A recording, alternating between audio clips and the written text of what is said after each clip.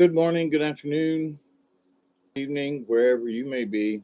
I am your humble host, Mr. David Null, also known as Hawkeye Two Feathers, and I honor of the infinite creator.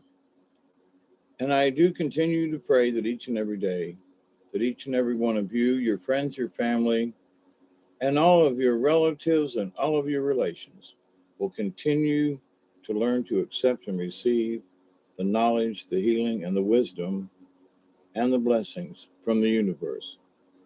Now, I hope everyone is having a safe Saturday evening. It's 7:30 p.m. on 2/26/2022. So it's almost the end of February and the 1st of March. Spring's knocking at the door in a lot of places. Hey, Barry. And so this is a subject which, in a way, is a little touchy. And I've been pondering it on many different levels and angles and thought to myself, oh, holy crap. Is being too honest and open harmful to others? Well, now let's get into this mess. So, I, I get emails and conversations and phone calls and things from people, and not that it's any one of you, but to the point though that it's like, so if I say I got a phone call from a friend today. So in that statement, phone call from a friend, okay. Now that means there's two people involved. Now I'm going to tell the story because my friend called today and we had a conversation about Umpty Scrunch. And I don't say my friend's name, I just say that they call. Now, but here's the thing, because I have made reference to my friend calling, there might be some people go, well, I wonder if it's this person or that person. Well, it could be Barry that called me today, and it could have been, okay? And, we have conversations and things, and people call, and I have conversations with all kinds of different people and emails from people. So, in my reference to a friend of mine contacted me the other day. Now, a lot of times I don't say who the friend is, right? And I'm not gonna. The whole point is though, if now I've talked about my good neighbors Sheila and Rick because they've come into the chat and basically she's waved hi to everybody and so forth. So, but here's the thing: as much as they're my umpty scrunch, yeah, as much as they're my neighbor and as much as they've come online and have participated in the chat room a time or two, does that give me the right um, reason or whatever? Hey, Ruth Ann, is B how you doing? But that does that give me the right to reference my friend, even though it's in a good, honorable way? Hey, enlightened one. Yes, enlightened one, I do. Thank you. And I have tried to pass that on as well. But so by referring to a friend of mine in my quote casual style of conversation, um, in that I've mentioned my neighbors as being a really good folks and blah blah blah, and but do my neighbors like me talking about them at all? I mean, I never asked them, but I say, I've only said good things about them, I think.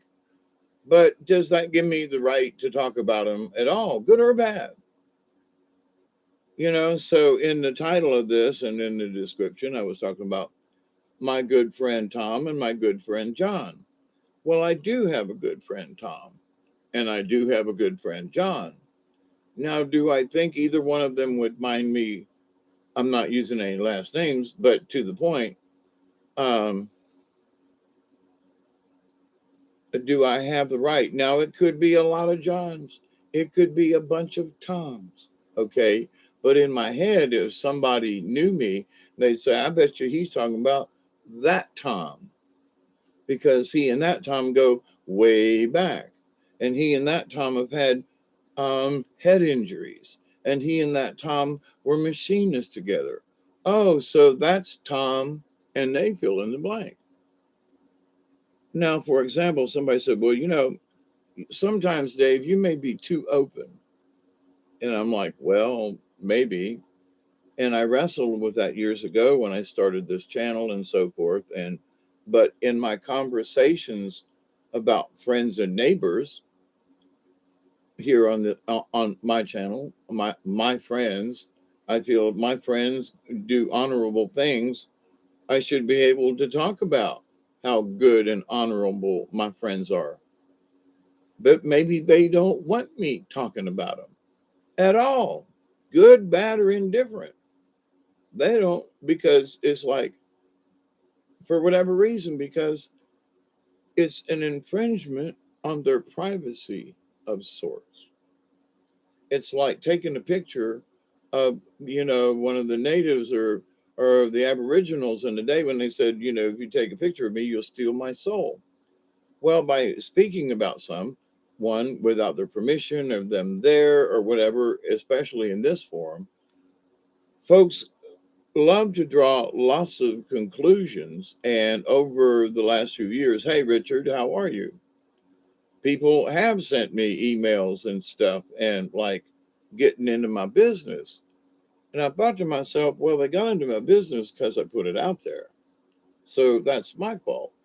But there are things and complications and stuff that I've had that I have felt in my spirit guide folks. And that's kind of hard to explain to some folks.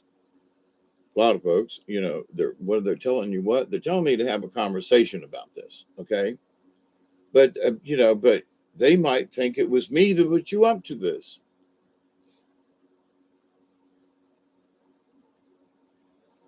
I put me up to it. I put me up to I don't mean just this conversation, but um,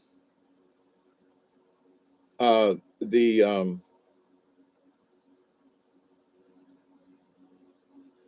in whatever conversation I might, be honoring someone in a way by speaking of them kind of sort of behind their back and without their permission, even though I'm just, hey, my neighbor today and blah blah blah. And my good friend John called me the other day, and John and them sent me the animal cards, the medicine cards, for example. So John, if y'all are listening, this one's for you. Hey Deborah, how are you? So I haven't thought of my referencing people that I know, because I'm just referencing, hey, my neighbor, right? But I'm on a platform that goes around the world. And maybe my neighbors don't want me talking about them, because you can find my place on Google Earth, my name is David Null and I live in South Georgia. It ain't hard to find me, period. I was a storyteller and puppeteer, and I traveled around, and my face was plastered on, and my name was plastered on a lot of stuff over the years. So I have accepted kind of sort of my little bit of infamousness, and being out in the public as an actor and on the theater and all that. But that's me. But me sitting here having a conversation with you here on this platform about a friend of mine or a neighbor of mine, when there may be folks who know me, know who I'm talking about. And they go, well, he's talking about Tom Jones, or or John Beard, or when I haven't actually said their name, but through association they are implied. And maybe they don't want to be known by that. My neighbor gave me a bunch of fruit off his trees, and we had a conversation yesterday. I spoke earlier on this today, and he told me that his daughter had died over Christmas holidays. And on my condolences and how sorry I am and so forth, and I am. and sad for him. And I said, but we're two tough old beans, and we're still here. But do I have the right to say that about him? I thought it was honorable. I thought it was a good thing. I mentioned that his birthday's coming up, and we're the same age. He's a few months older than me, and oh my God! But see, I didn't say his name, but he is my neighbor. So you could look on Google Earth and find out who my neighbor is, and then you'd know how old he was and all this. And it's like simply because I was talking about me and my neighbor having a moment, but it is private. The information it gave his age. And I didn't say where he was living or whatever. It didn't give his birth date. I just said he had a birthday coming up. But um, and maybe he doesn't want folks to know that he's giving me the excess fruit off his tree. I mean, but there's no, so I'm having this conversation, which I think is harmless. I think it's harmless. That's my point of view. I haven't asked the other person here. We all need a friend. Yeah, puppet show and barbecue, absolutely. With all the clearing up and stuff. Um, Here, I think somebody told me earlier today that the full moon in March is on the 18th.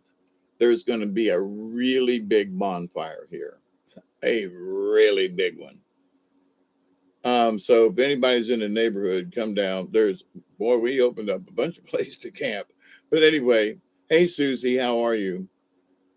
But in having this conversation, let's see, if I say with my friend, then I'm implying there's somebody else involved with this. Obviously there is, but then could that implication and by him or her or them or whatever, bringing up the subject of maybe somebody else don't want to be talked about. And I was like, but I thought this was like casual conversation. Well, but still, hey Tracy, how are you? Thank you. Good to see you live tonight, too. I mean, you are alive, right? Anyway, but so to this point of privacy and other people. And so I honestly, and I'm sorry for anyone out there that I may have drug into a conversation without your permission, in that, no, quite honestly, I hadn't considered that if I was just telling a story about me and my friend Tommy back on the day when we were, had lost a propeller out in the Gulf and a storm blew us into the, you know, um, I think it was a heroic story, especially on Tommy's part, and for me, and the storm and the thing and the high seas and how we got into the sailboat into the harbor without a propeller and without a motor and did it all under sail and high wind. Hey, Okie, you just love Putin? Me too. So we're probably both, you know. But anyway, so my having conversation, which to me seems harmless, may not really be harmless to someone else. And I was like, wow, now that's some heavy duty stuff there.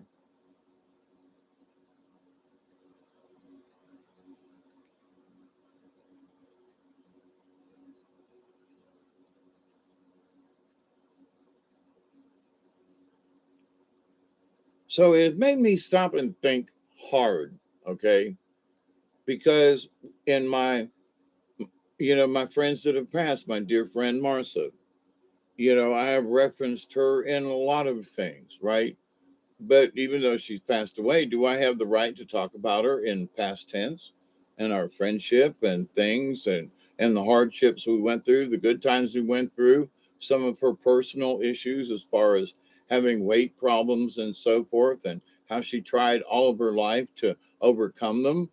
but is that like disrespecting her because I mention her?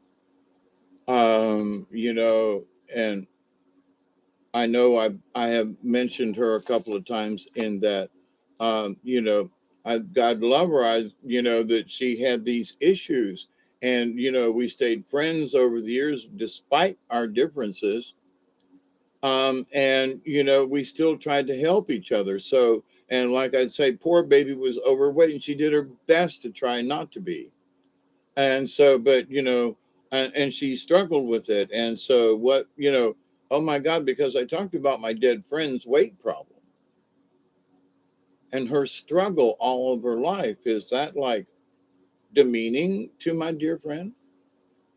I mean it honorably. She struggled with this her whole life.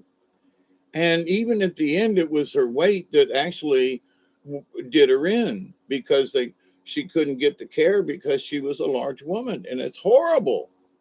But she's not the only person in the system that is like that.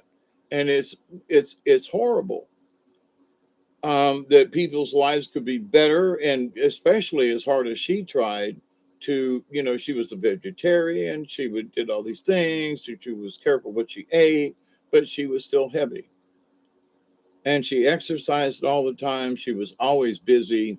So this idea that somehow that fat people are only sit in a chair and eat munchies all the time, we were on the go all the time doing stuff, middle of the night, didn't matter. So I'm speaking about her posthumously, but at the same time, I'm thinking I've got warm, fuzzy thoughts in my head about the good times we had together, and that I would help her with her struggle. She helped me with my struggle. Hey, Ruth Ann, I think a lot about past converse and how it affects others. Yeah. Hey, Susie, how are you? And Delaney, I think I saw you come in. So now sitting down, and if you and I were just sitting having a conversation, that'd be one thing. But I'm in an open public forum having conversation. That's different. So I'm sitting here chatting with y'all, and I feel like I'm just having conversation with you, which I kind of sort of am. But in that conversation, though, in being so free and open, and I still try not to say anybody's last name or anything like that. Um, and there are many times, a friend of mine, sure, they got names, but I don't dare even think of their names, because if they watch this video, they might say, he's talking about me, when I might not be, but I may be, so what do you do? But there are times when people bring situations up in society, like this conversation now. My spirit guides say, you got to address this right now. But wait a minute, I'm fixing to cook supper. Supper can wait. You need to do this now. So here I am, right? But a lot of people don't understand that in me and my lessons and my journey doesn't necessarily include anybody else's journey. But because you are here, you're guilty by association, you see, because you sit and chat and hang out with each other here, then you're part of the league of like-minded beings, right? So you're guilty by association. A friend of mine said one day, he goes, you hold up your pipe and you go, smoke if you got 'em. So he goes, well, that's just a reference to weed. Well, a lot of times y'all know it is. But just because I hold up my pipe does not mean that there's weed in here. But the other side of the coin, smoke if you got 'em, goes back to World War One, and World War Two is an expression. Smoke if you got 'em, So this idea that somehow because I say smoke if you got 'em, that means that everybody's going to light up marijuana. We're all breaking the law. Okay, you have no idea if I'm breaking the law or not. This is a pipe. I've never showed any weed out. I have talked around different flavors or things. We have talked about it, but you've never seen me hold up a bud or say, hey, I'm putting marijuana in this pipe, you know. I say I got a load of bowl, but that could be tobacco. But to the point though, because I say it's 420 or smoke if you got them, there are people who have been offended by that. Really? Okay, now I know that I'm not trying to, you can't please everybody all the time, right? But at the same point, it's like, I understand though. So if, um, if I say my good friend Joe has been to the house and um, he came to visit and ain't seen him a couple weeks and uh, we shared a 420. Well, now Joe didn't come to the house. I'm making this up, okay? But the idea though, but that by saying in front of y'all and on live on YouTube that Joe came to the house and we smoked one, that somehow maybe Joe brought it to me. Maybe he did, maybe he didn't. Maybe the tooth fairy brought it, or maybe the weed fairy brought it. But the fact that other people associate, oh, so he came over, so he brought you weed. No, that's not what I said. I said that he and I shared one. Well, then did he bring it, or I didn't know that your good friend Joe smoked? Well, that's another thing. So maybe Joe didn't want folks to know that he came over and we burned one. But it was just, see, it's just part of my conversation. My good buddy Joe came by the other day, man, and he brought this really good weed and we smoked one. Okay. And just having conversation that sounds kind of harmless, but maybe Joe don't want folks talking. Hey, Al, how are you? The weed fairy. Yeah, send that. We inferior Massachusetts, 18-degree weather. Ooh.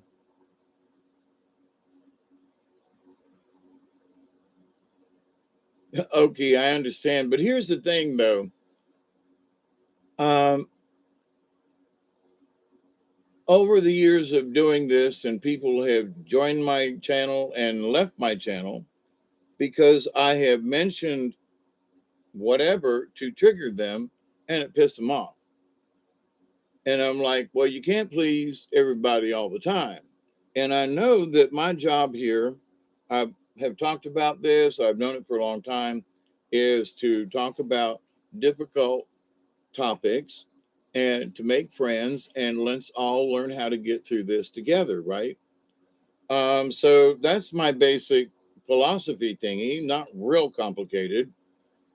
But by referencing other people, even inadvertently, they have kind of sort of become part of the channel because I discuss them, even inadvertently.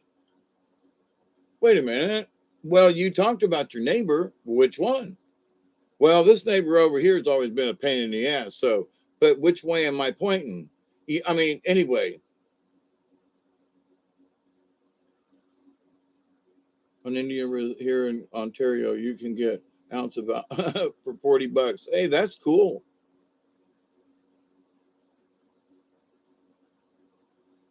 They're jealous. Yes, thank you, Tracy. Rather be pissed off than pissed on.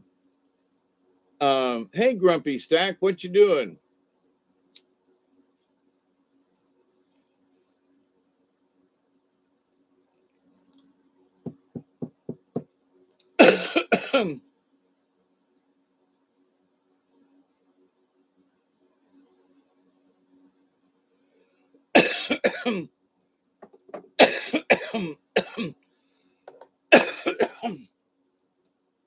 I get that, Richard, and thank you for that.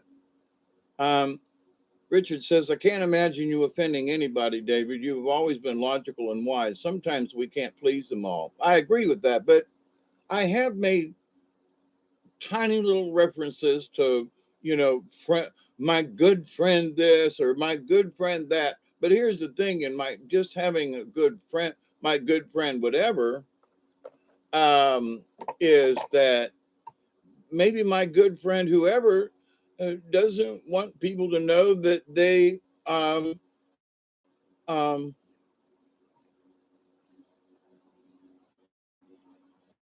are a kind person or whatever.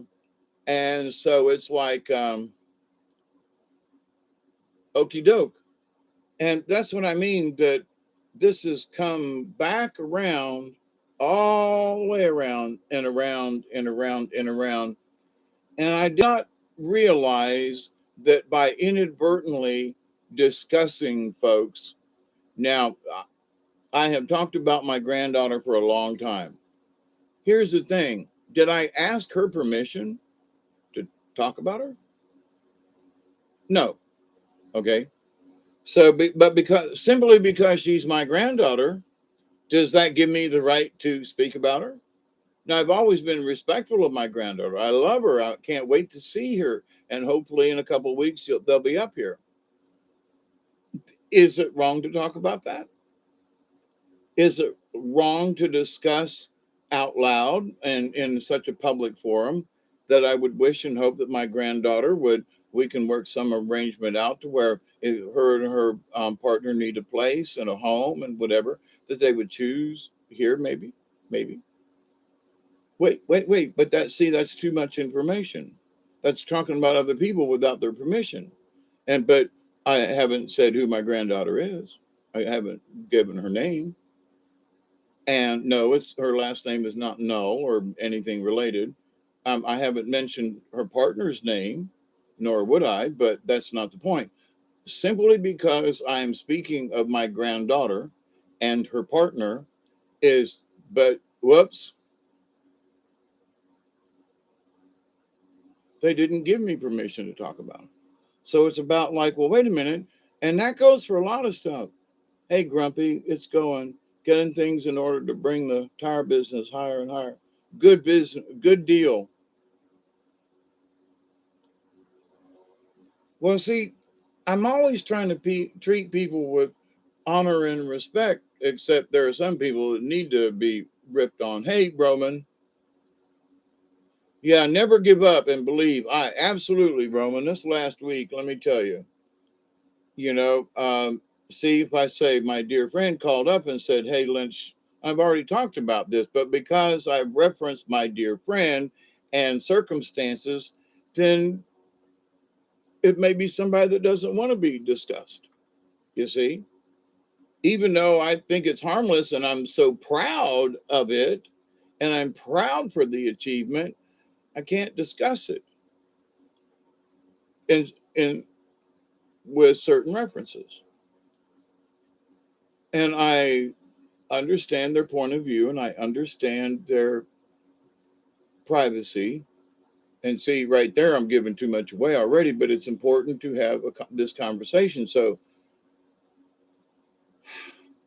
have I given out any personal information about anybody? I don't think so. But in this day and time, with a little bit of snickering or thatering over here on the side, folks can find out shit. I had somebody call me up one day and go, wow, man, I can see your house from Google Earth. I didn't know you had an old pickup truck sitting in your yard. And I'm like, what? And what's that? What's that red car sitting there beside it? And I went, what? Um, and that I realized that the red car was here like 15 years ago, but I since tore it to pieces and we took it to the and sold it for scrap metal. But the idea that they told me there's a red car sitting in your yard, and I said, no, it ain't. Well, yeah, it is. I'm looking at Google Earth right now, and I said, I'm sorry, the red car has been gone for 10 years. It's an old picture. Well, it can't be. I can see your house and I can see, but if I can tell how good the picture is, yes or no, by whether or not there's a trailer or my truck is in a certain position in the yard. And nope, that's an old picture. You're not seeing humongous. You hear me? but the folks, so folks can find your business for whatever reason they think they need to find your business, and then through it ain't none of their business, right? But they're making it their business, and they're yeah, you can go online, right, Ruthann, and find out about almost anyone unless they remove their information. And you are not going to get rid of everybody's information. But to some people, humaneness, humongous. That's a interesting. Right, I got that. That's interesting. Thank you, Oki. So, but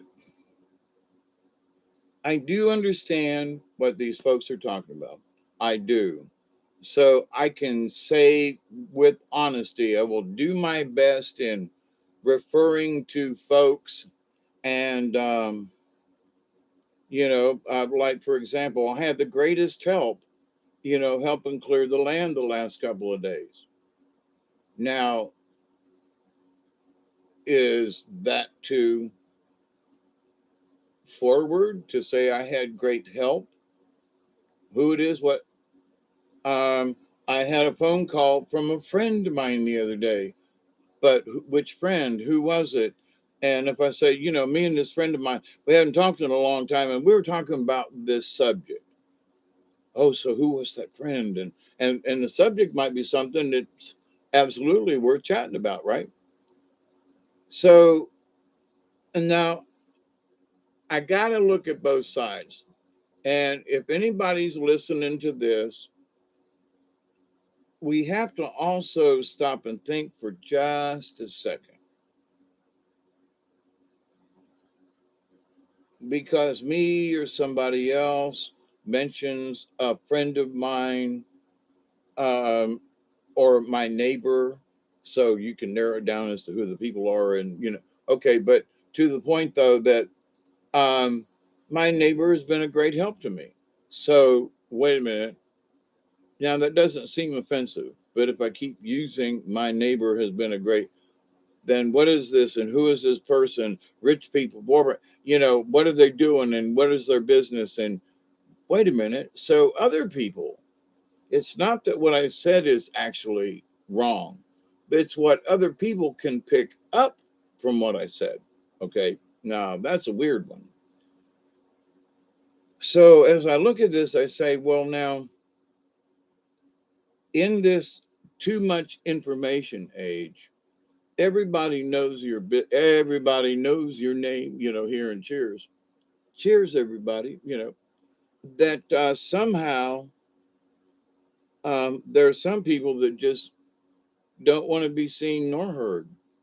They just want to stay out of it altogether and don't want their picture took, don't want they don't have a Facebook page, they don't want their picture on the um, and they just don't want that.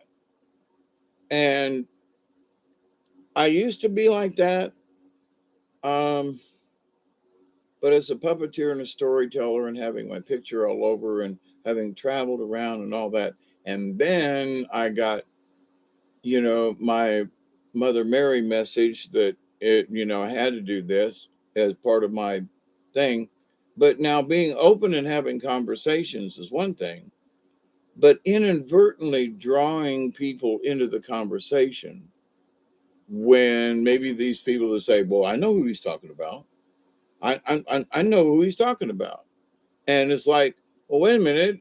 Nobody's supposed to know who I'm talking about because I said, I know this person, blah, blah, blah.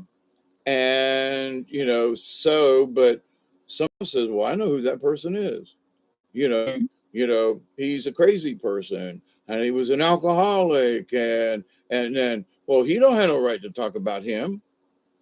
Well, no, I didn't talk about him. But in my mind, I may be using them as like because I've known a lot of alcoholics and so if somebody says, well, he's talking about Joe, I may not be talking about Joe.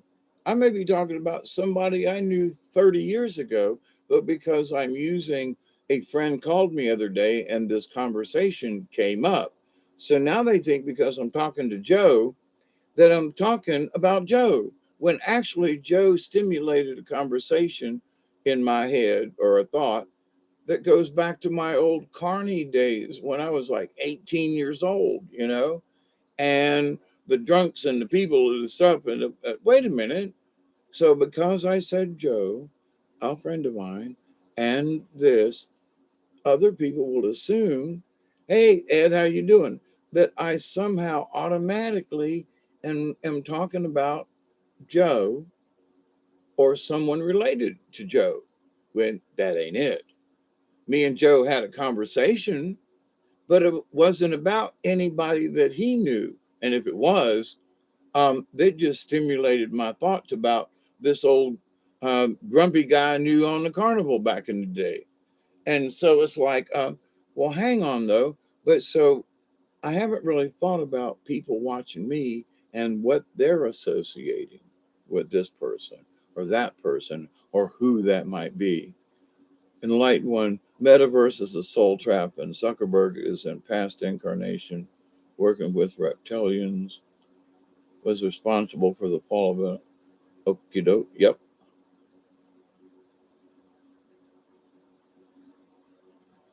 Yeah. Now, Root, that's funny. Joe works at a button factory. Now that's just damn funny. So I honestly thought I was doing pretty good about because I've known a lot of people in my lifetime. I've had a lot of friends. And if I say a friend of mine once said, it could have been literally 50 years ago because I'm 69 and a half now, don't forget. So, in this, like, but wait a minute. So, a friend of mine and I had a conversation. Do I mean, if I said the other day, that puts it in the present. So, if it isn't in the present, you know, if I had a conversation with a friend of mine the other day, it may have stimulated in my head something that I remember from a friend of mine 50 years ago. But simply because I had this conversation with Joe that stimulated this thought process or the topic does not mean it had anything to do with Joe or anybody that was associated with Joe. You understand? I mean, this gets kind of weird, but if somebody knows me and Joe, and then they go, wait a minute, they're talking about Phyllis. What? Yeah. He's a gay track star that dresses in drag. Okay. Now I'm making this up. And if Phyllis gets in touch with me about the gay track star, I'm sorry. I did not know. I thought I was making it up. So I was making up something the other night about, hey, I'm um Fruity Pebbles or something, I said. And then a friend of mine said, that's a type of weed, right? And I was like, what? Yeah, Fruity Pebbles is a kind of weed.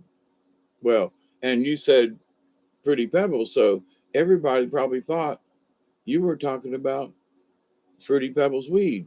I wasn't, but I was just having a good time because back in the day when Fruity Pebbles came out, you just ate them out of the box. My whole thought process about Fruity Pebbles when I said it had nothing to do with other stuff.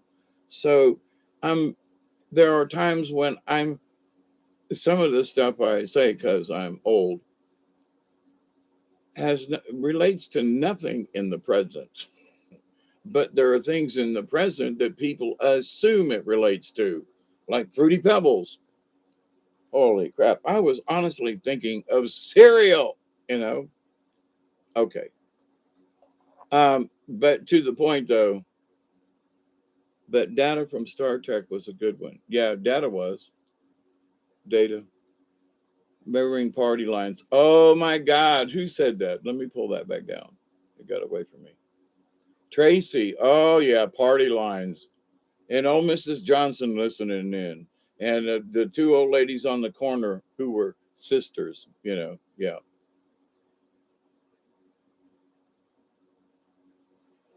Ruth Ann, that's just funny. Joe works in a button factory. Yeah. He works in a button factory pushing buttons. you know, there was uh, I turned 62 and 8 today. Honest, Isby, happy birthday.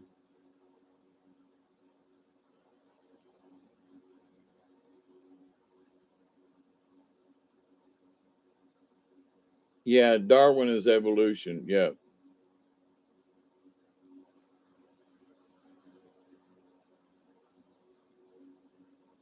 Oh, party lines. We can remember those party lines. Listening to your neighbors, having knowing what was going on the block. Oh my God. But anyway, happy birthday, Isby. I knew someone else that had a birthday about this time of year. Oh my God. There I go talking about somebody that had a birthday about this time of year. See, I'm invading someone's privacy. Now, that was a snarky remark just then. Now, I have to make this statement in that because of all this stuff, is some of this being nitpicky? I'm just asking. Because folks have cell phones and you can find, your spouse can find you because of your phone number. Where are you? Your phone knows where you've been, where sometimes where you're going, right? You got a GPS on, you've got apps with trackers.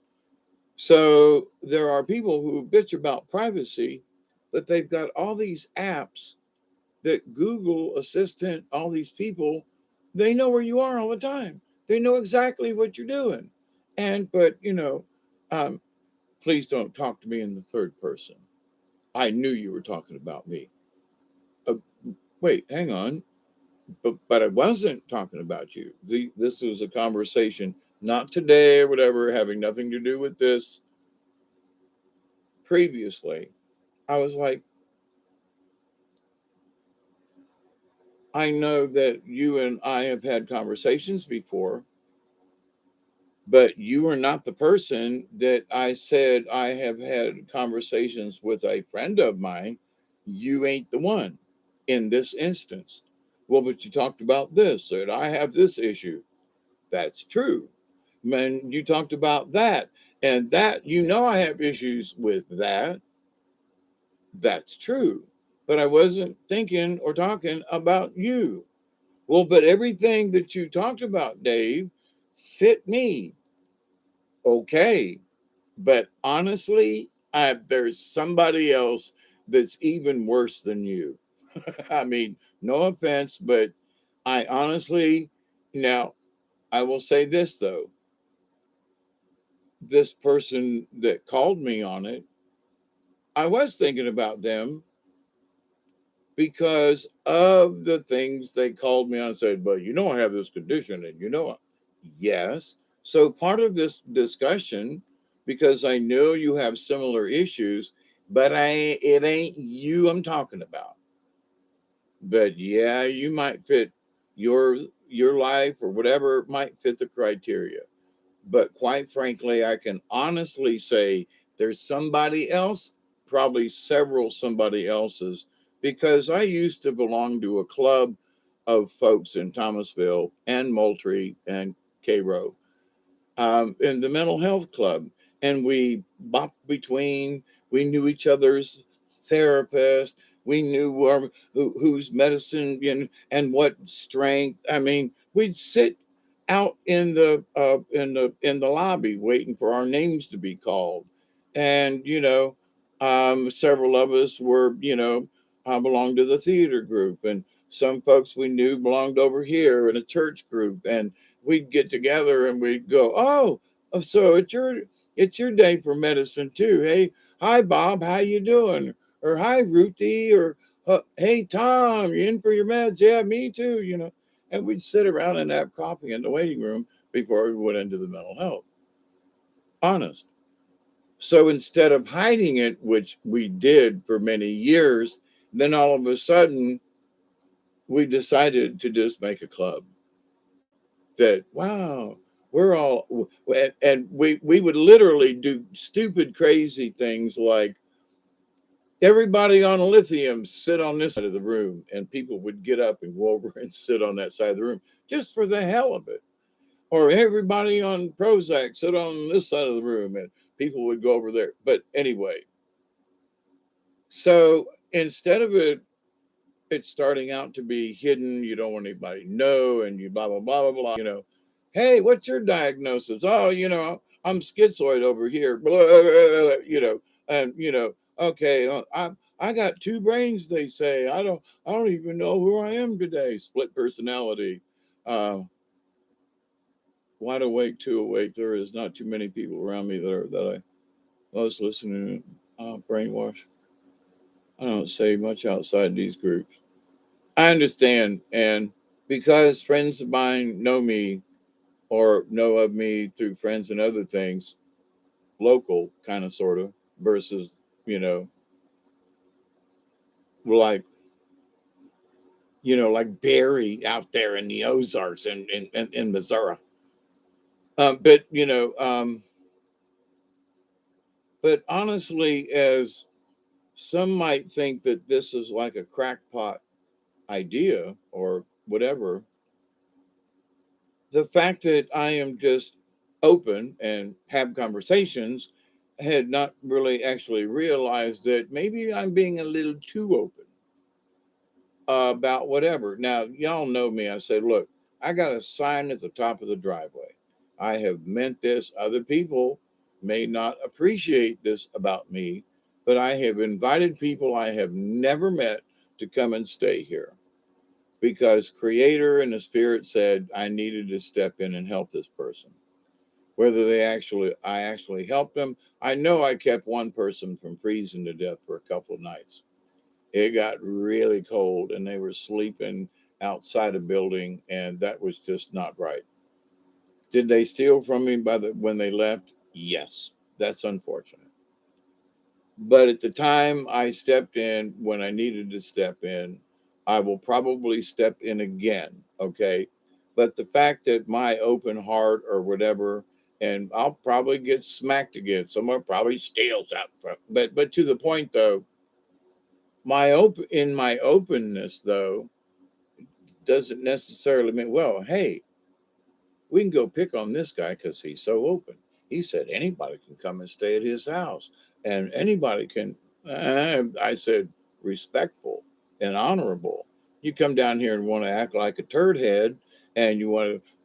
Now, I don't care if you have a drink, but if you're going to come down here and say, well, Hawkeye said we could come down here and go camping. I did say that. He said we could bring a beer. I did say that. But I didn't mean that you could come down here and get loud and get drunk. No. No. Now we can have a good time, but no, this is now 20 years ago. You could have come down here and gotten drunk and loud, but you can still come down, have a drink, still party, and we can still have a good time. But I don't want no drunkards around anymore. I'm sorry, I'm too old for that. But am I against drinking? No. If you're honorable and respectful, have a beer and without getting drunk, I don't care, right?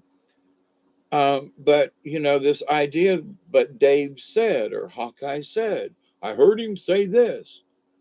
Did you really, or did you hear what you wanted to hear out of it, right? Well, he said we could drink beer and go down to his place and camp. If you're respectful and honorable and so forth, people show up with a truckload of people and want to, build a bonfire and throw out an old tire and light it and say, hey, let's party. That no, sorry, that ain't what it's about, right? Now, trust me, you come, we can have a good time, all right? But the really wild ass parties of the old days, there, yeah, we can still whoop and holler and have a good time, but things got a little out of hand several times on some of the parties we had. But um, doesn't mean we can't have fun, right? But anyway, so people will take what you say and mean it for something else. Oh, it's going to be a blowout. It's going to be a bash. We're all going to have a, that ain't what I said. But to the point, though, So there are some folks that go, Dave, you got on the internet and invited people to come to your house, people you don't know, have never met. Hey, come to my house. We're going to have a bonfire on the 18th of March because I got to get rid of these piles. And so, what? So that everybody can come to your house and this, and there are people you don't know. Well, if I don't know them, I'm going to shake their hands because if they know how to get to the party or that they know I'm even having one, then you got to know me somehow, you know.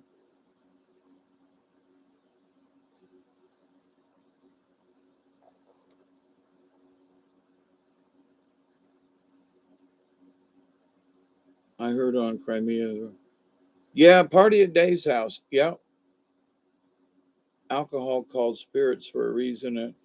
Demons in the worst. Okay.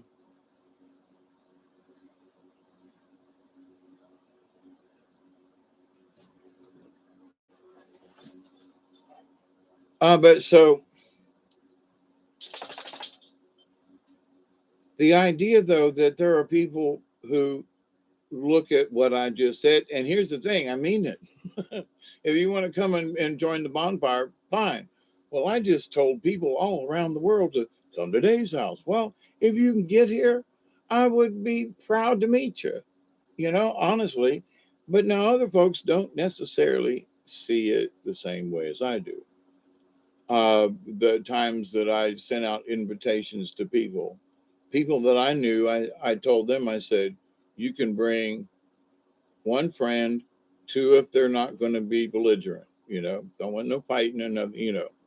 Um, um, and if you bring two, then one of the two or both of them or something got to help bring party favors. Because I mean, I planned a party, I spent several $100s. We had barbecued chicken, we had steak, we had oysters, we had two or three different kinds of beer. We had liquor in bottles, Jack Daniels and rum and vodka and I mean, and all you had to do was show up. So now I can't afford that now, but you can still come and we can party. I do have a little bottle of Jack Daniels sitting up there, and I do have a bottle of gin over there that was literally for medicinal purposes. But here's the thing: we can still have. Oh, it's 8:22 now. See, this has offended some people because they say it's 20 after. Smoke if you got it. Is that wrong? If I say smoke if you got them, is this tobacco or not? Does it matter? Well, everybody's getting stoned at the same time. Okay, are we really? If we're all smoking, puff, puff, pass, pass, oh, all them old stoners on YouTube, and Dave's talking about. Hey, Sheila, I was talking about you. Are your ears burning? I was talking about you in a good way, but yes, I was talking about you. See everybody, my neighbor, Miss Sheila, shows up. Bless you, darling. Did you hear some noise in your woods over there yesterday and today? You want to seal all the trails and stuff we started. Woo-hoo.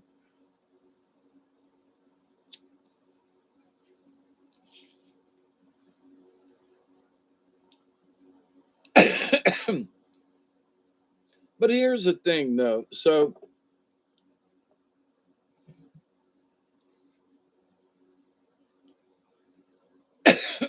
in my being so open myself and discussing things, though, have I really inadvertently talked about somebody without, any dishonor or disrespect or anything, but simply by my good friend Joe, my good friend Tom. Tom might not like me talking about him, period, for whatever reason.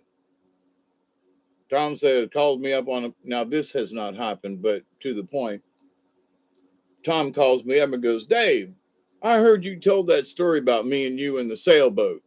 What the hell's wrong with you? You ain't got no business telling just stories about me and you. You know, my business is my business. Now, you understand what I'm talking about? Can I argue with you and go, but it's just a story about how brave I thought you were on a sailboat. Well, I don't want people knowing that shit about me. Uh, but um, I didn't mention your last name. Don't care. Me and my sister know who you're talking about. We listened to that video the other day, and we know who you were talking about, but nobody else knows. Yeah, but we knew. I didn't think you had the right to be talking about me and on that sailboat. That and okay, all right. I'm sorry, honestly.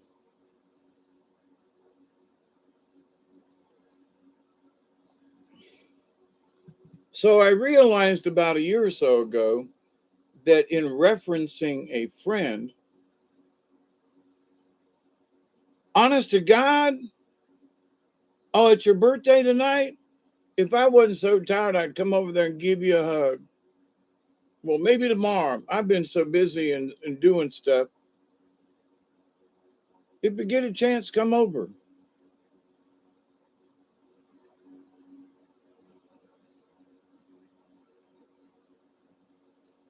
I've been doing. I'd like for y'all to see the land clearing that we did, and down to the property line, and to the post down there, and how we started working down the property line.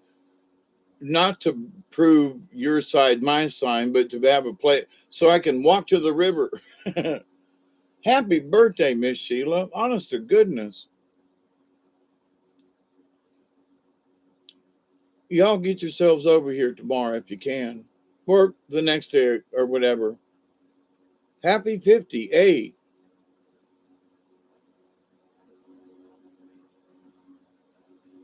Yeah, my friend Isby, who's been here a couple of times, Miss Sheila. Oh, well then, well then maybe me and Duggar can come over tomorrow for a few minutes. Um, I'll try to call you tomorrow. We'll get together if we can, at least for a few minutes, you know. So, but I would, if y'all could come over, I would like to show you the clearing that we did and so forth. I would like for you to come over and see that. And if I come see you, I can't show it to you. So, but happy birthday early, girl. Okay, and you ain't got to stay long if you don't want to, but I'd love to, for you to come over and see what we did. It's like big time. But anyway, on 2702, I like Zoot. I've got a tab on now. Yeah, many blessings from all of us, you know.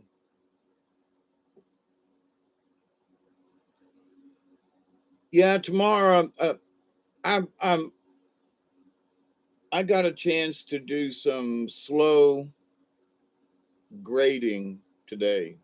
And I mean as in grading the earth, dirt, um, where we've been, you know, sloshing and bumping and bouncing and stuff.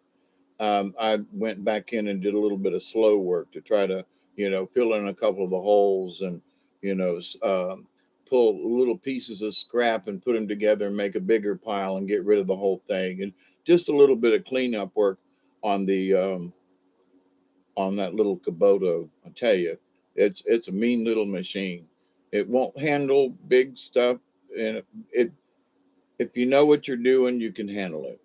But it's one of them little ones. But I gotta say that has done a crap load of work. So they're tough little buggers, I gotta say, and fairly easy to operate too. So in a couple of minutes, I got my footwork, and I kept wanting to go up when I needed to go down, but that only said, "Whoops, wrong way." You know, trying to do too many things at one time. But you know, having not driven a forklift in quite a few years, you know, I picked up on it, you know, really quick. 10 minutes, I was like, yeah, I got this again. Yeah, my driveway is like driving through the woods. Yeah, folks don't come down here just to look. you know, and the years ago there was a local church group, and back then I had an outdoor shower. It was an old hot water heater, stripped of its shell, painted flat black. I don't know what the number on this is, but it's a small one. Um, oh no, goat can't eat this stuff. No, this is like brush and small trees and stuff. No, it ain't just grass. If it was just grass, I wouldn't be worrying about it. But anyway, but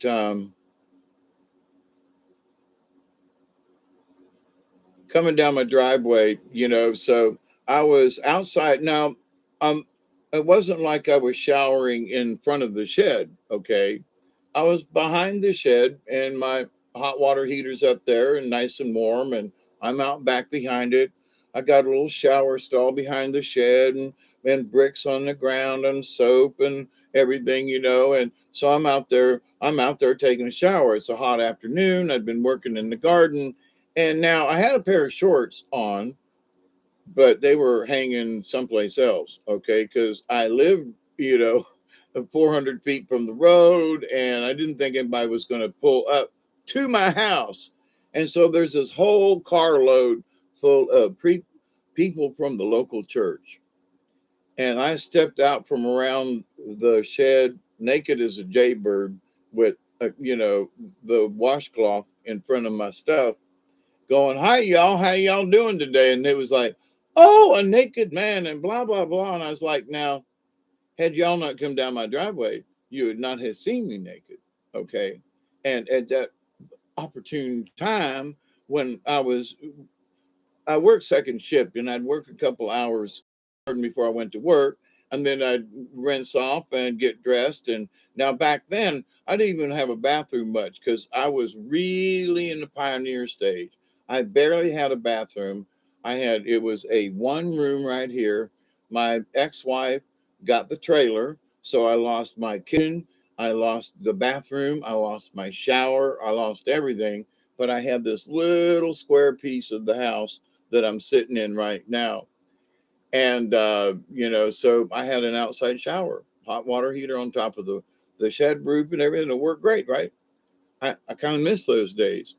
But the idea, though, that they pulled down the driveway. So after that one, it sort of got around the neighborhood. Don't drive down his driveway. Yeah, don't look, Ethel. That's true. For News on Aliens View, Michael Sallin.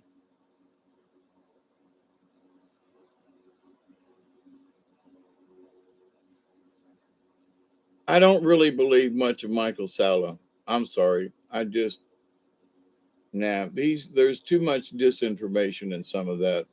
Personally, that's my opinion.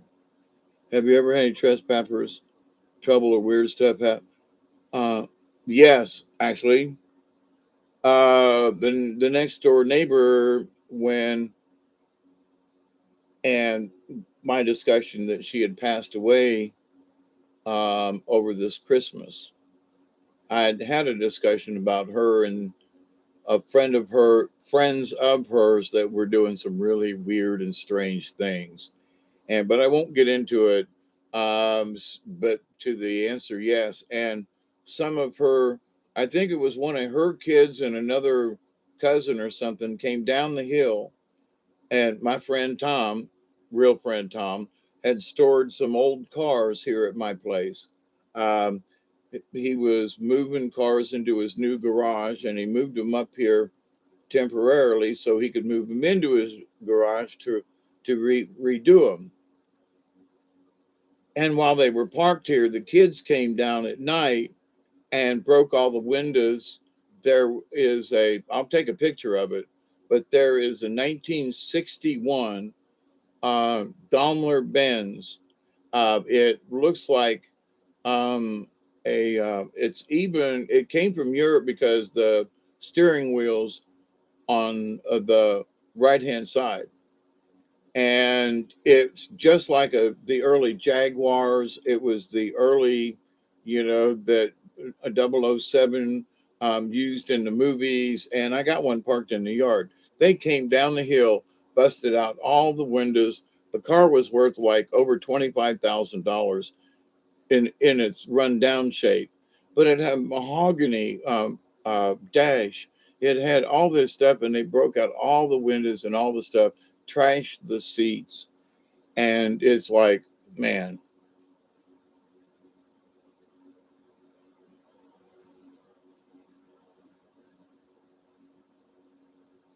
says no galactic federation is aiding humanity.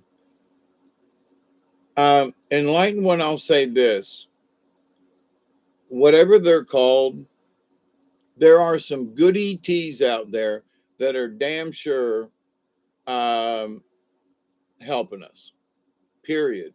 They gotta be. Otherwise, we'd already been wiped out. So, whatever their calls, practicing Mac, it felt like.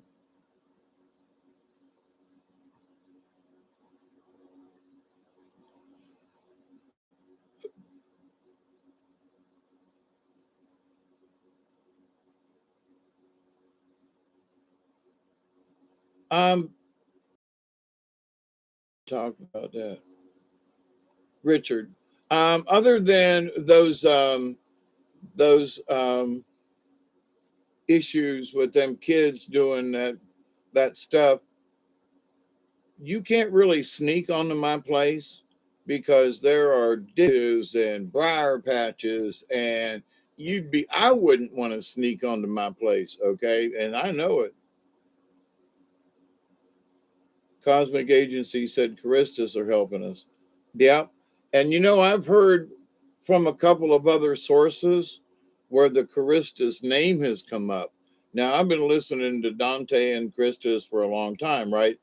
But so about the Federation or whatever, those kind of things seem flighty and up and down over the years. But the stuff about the Charistas and certain things that I personally am aware of on my own level, and seeing ET out my window and stuff, I got my own belief thingy, and it's more that these folks are here to help us, versus kill us.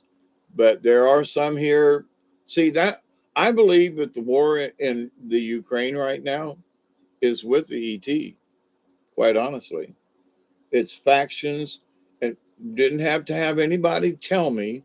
I just know that when the incident happened back when Biden was vice president, and his son Hunter, hunting for what? But his son Hunter was over there and doing this, and there was a lot of underhanded, sneaky stuff back then. And I told folks, I said, there's going to be a war started over this, and I said, and it's going to be our god dog fight, the fault. They're going to blame it on us because Biden and this and that and our ties to the U.S. Who the fuck do you think is going over there? It's the CIA and all these people, and they want to, and they want to make Putin look bad and all this other holy. And guess what? Here we are.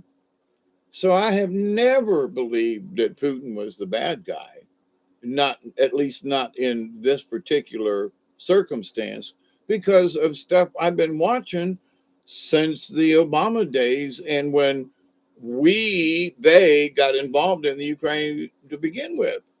So this idea that Putin and them are invading, I just think they're trying to take back for the people there.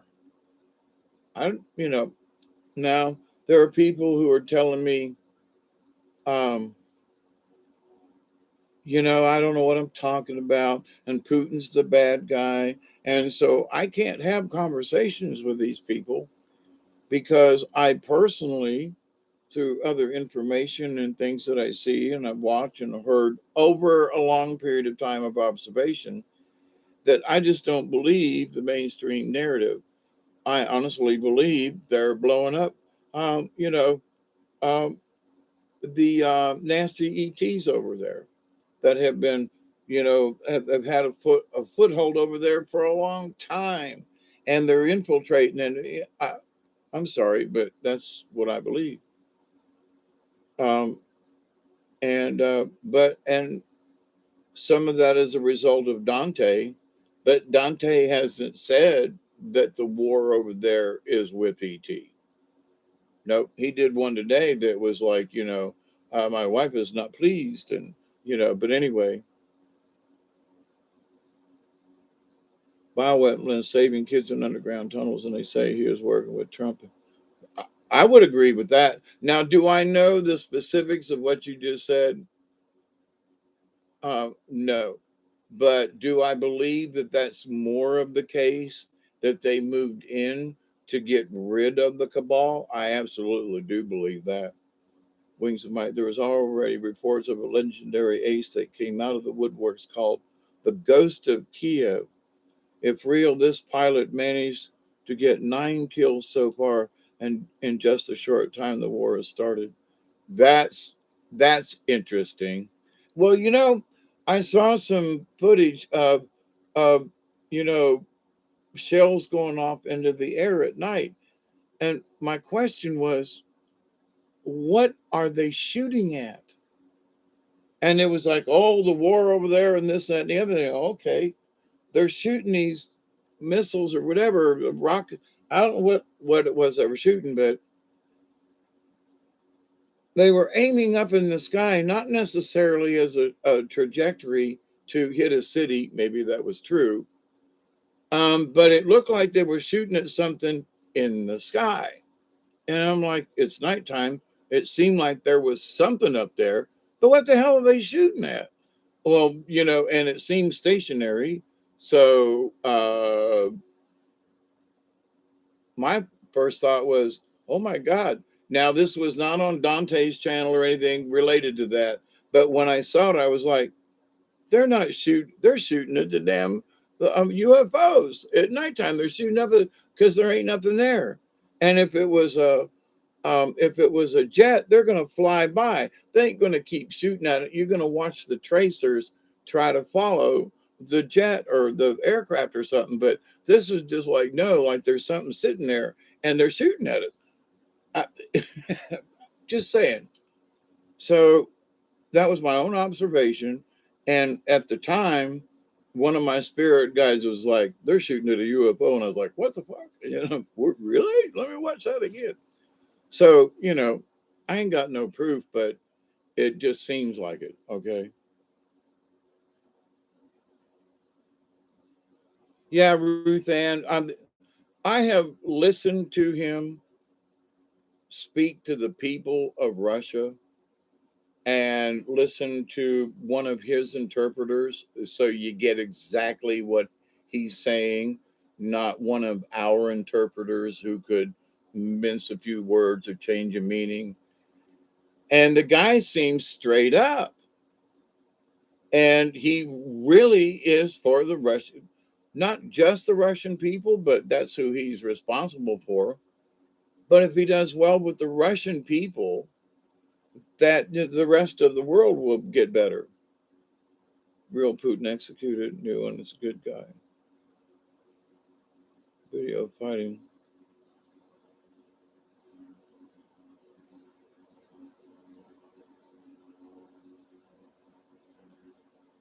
I don't know for certain about that, Wings.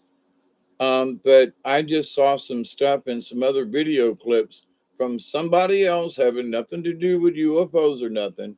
And it was just what I was watching, supposedly live or whatever. And I was like, what the hell are they shooting up there in the sky?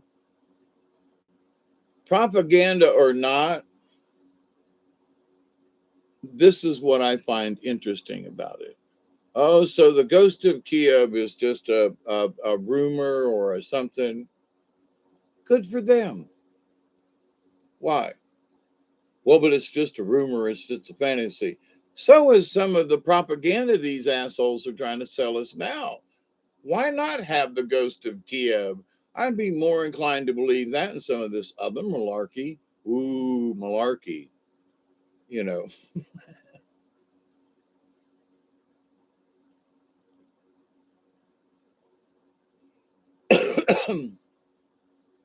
But good, to me, it's like, you know, Snoopy and the Red Baron, 10, 20, 30, 30 or more.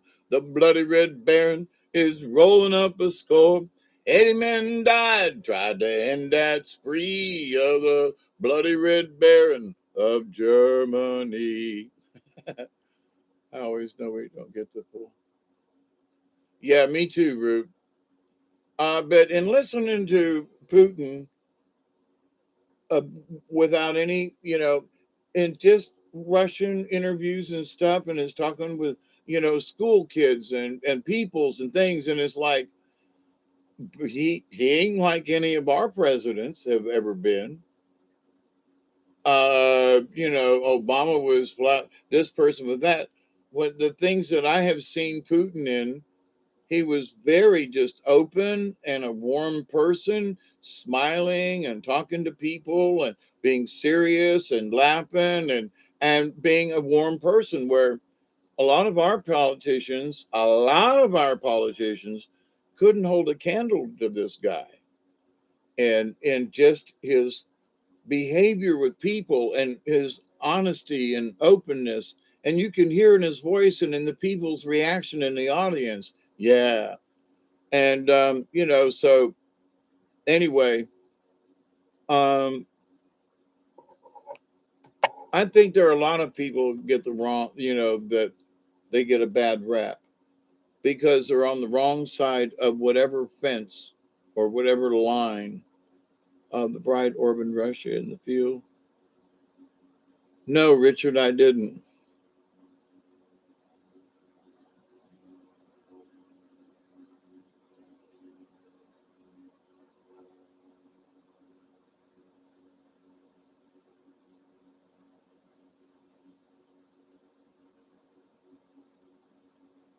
But anyway, so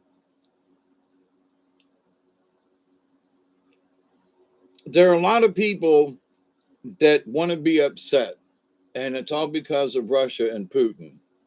And they've started World War IV or five or six. It's Armageddon a frickin' again. Oh, I was reading through the headlines and stuff today in between breaks, or in between breaks, in my breaks in between working, and I'm looking at the headlines and I'm going, people are like screaming and we're all gonna die. And, well, okay, and Putin is to blame, and Armageddon has begun, and holy crap, So now all those folks who were thinking that Russia was gonna, and Russia this, and the bear has, started another world war.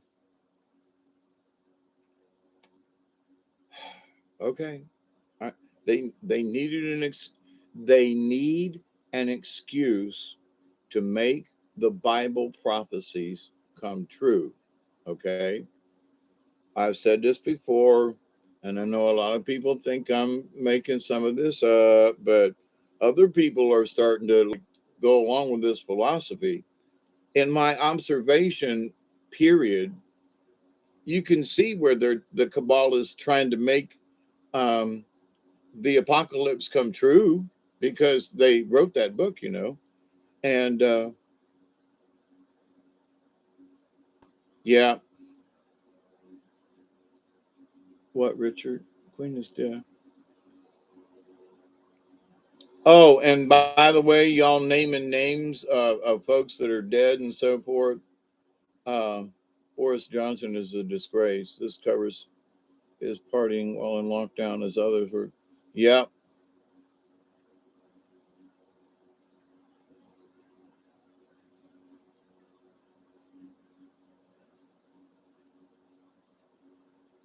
Where was NATO when Palestine was getting bombed?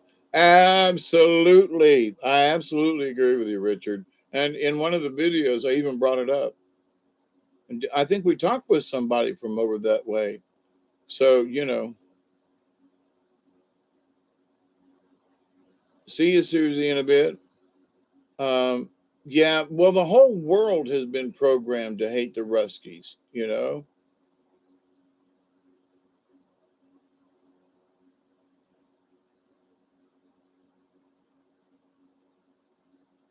Okay.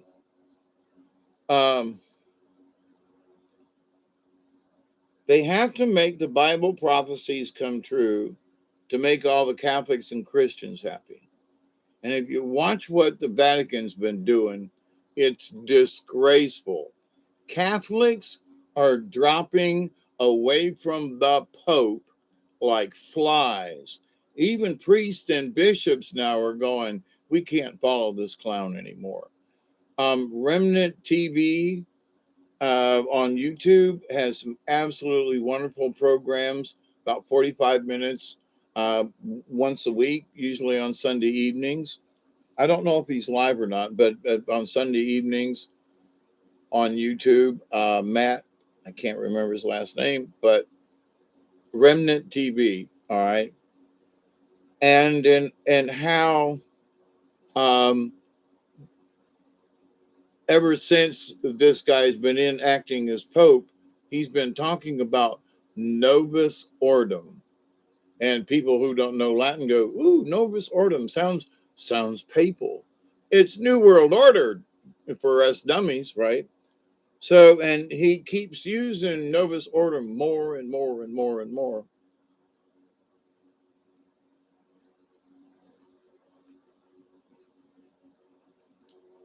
But here's the thing: who was president in the late '90s? Slick Willie, okay?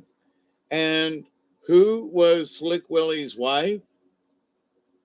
You know. Now, the person who's out there now, I hate to even use her name, but the person they've got out there now ain't her. And people are like, oh, look at HRC. I'm sorry, that just ain't her. Take a picture of her now and go back to the days of, Slick Willie and them, and it ain't her. On that 9/11 memorial that day in New York, when she fell out, they put her in the van and they whisked her away. She went bye bye that day, and they switched her out on the spot. And I'm sorry, but if people think that this person that's out there now is HRC, it ain't her. It ain't her. Oh, but she's coming back and she's a this.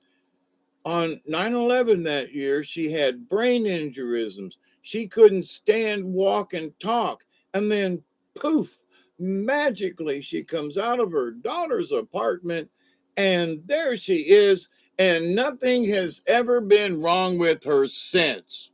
Okay. No brain issues, no nothing. Oh, HRC is perfectly fine and healthy and stuff. Come on. Dude, she wasn't executed. She died in New York on that anniversary when they carried her away and threw her in that van. She didn't die at Gitmo. She died right there in New York City. She was on her way when she collapsed and they had to drag her in. You saw the videos of them putting her in that van. Do you think she recovered from that to 3 hours later and has been fine since? Eh, just saying. They She was dead by the time they got her to Gitmo is my point. Okay?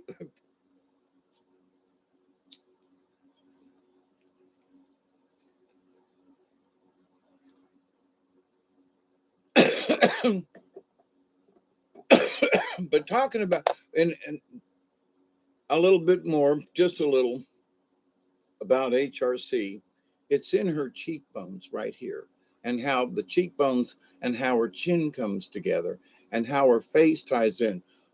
From up here, right in through here, yes, she does. But the rest of her face does not look like HRC. Okay, and like what I'm not going to disagree with you, but the person I saw then when they threw her in the van that day in New York and all, they hung a corpse. She was not long for this world because of her brain issues and so forth. She had to wear dark sunglasses because of, being light sensitive. I know what that's like. And the person that came out of there that day was, no sunglasses, waving at everybody. I'm just saying. If she was hung at Gitmo, okay. But just think back to the day when all that other stuff happened and just ask yourself, hmm.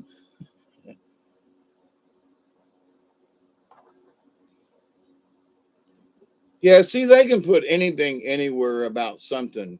But to me, the proof was in the pudding.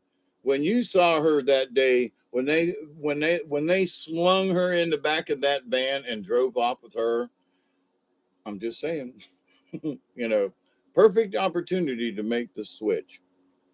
And they did. But for those folks, oh, that Hillary,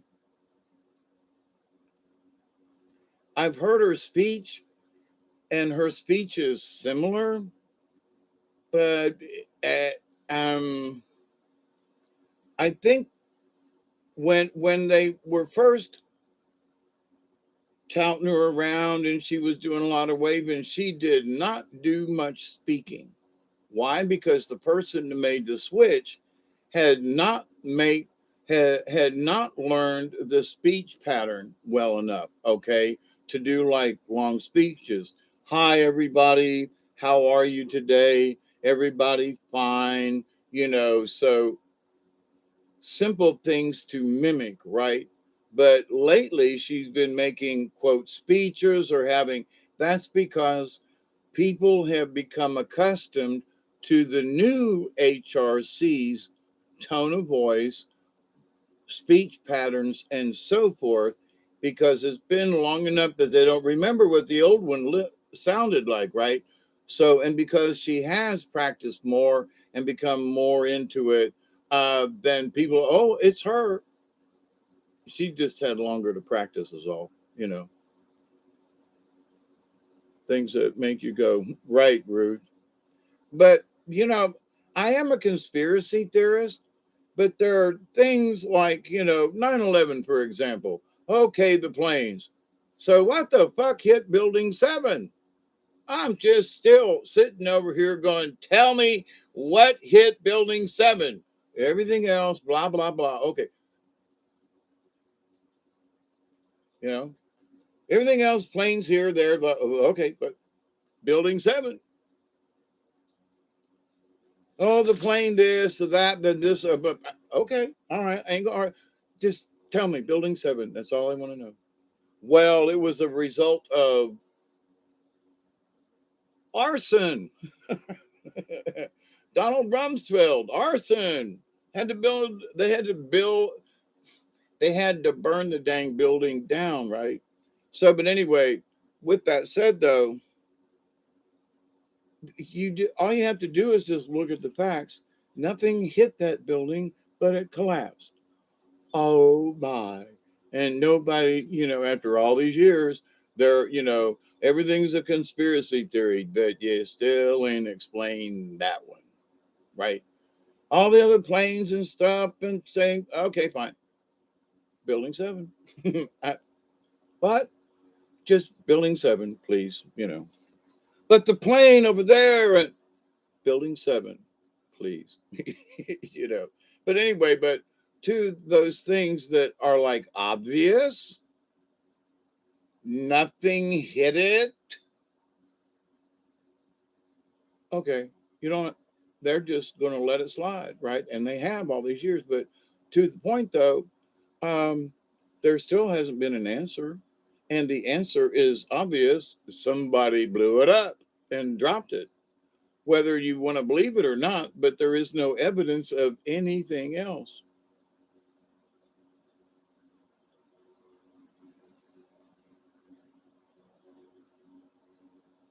Yeah, you've heard 97% of conspiracy theories are true. At least 97% of them have if they're not all true, there is truth in them. I would absolutely that. Yeah, I agree with the enlightened one. I saw that interview on TV when he said that the day before, by the way. Full parking lot with all. Yes, thank you. I mean, there's a lot of other particulars too, but I mean, oh, that was caused by that because it was close to the building. I mean, but I just, without any other arguments about stuff, building 7, please. How does it just, and the cars and the planes and yes, that's all questionable. But I still building 7, please. Prince Andrew handed over so much British tech to Virginia. One of the family, yeah, she was treated better in the end. I wonder what gen she got it in, Richard. Everything started changing. Yep, it really did. Really, Ruth Ann? I bet you. And then Obama signed some kind of really crazy thing when he did his thing during the. There was some weird stuff there.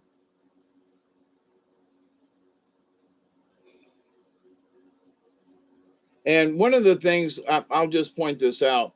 One of the things that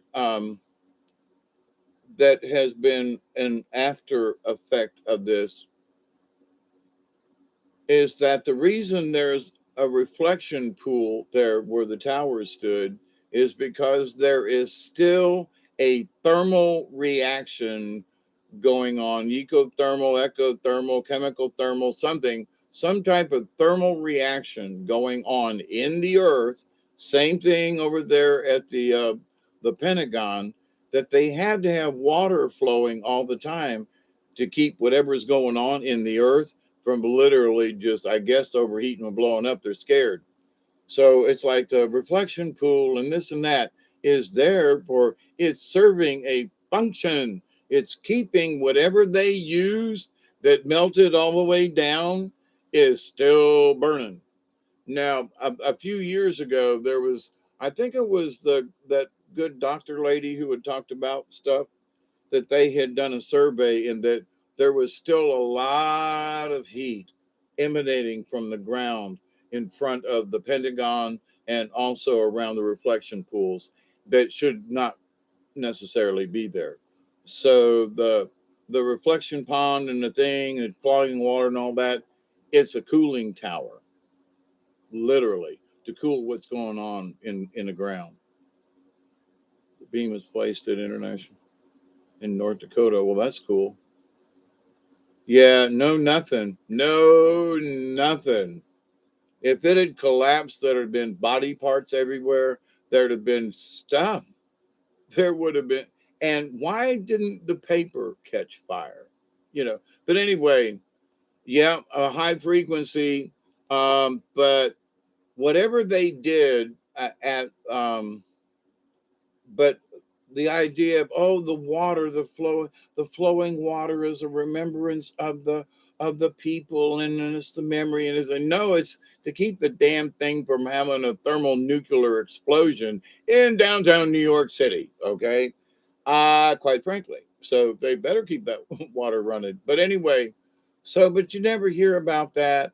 There's, it's very quiet and hush hush.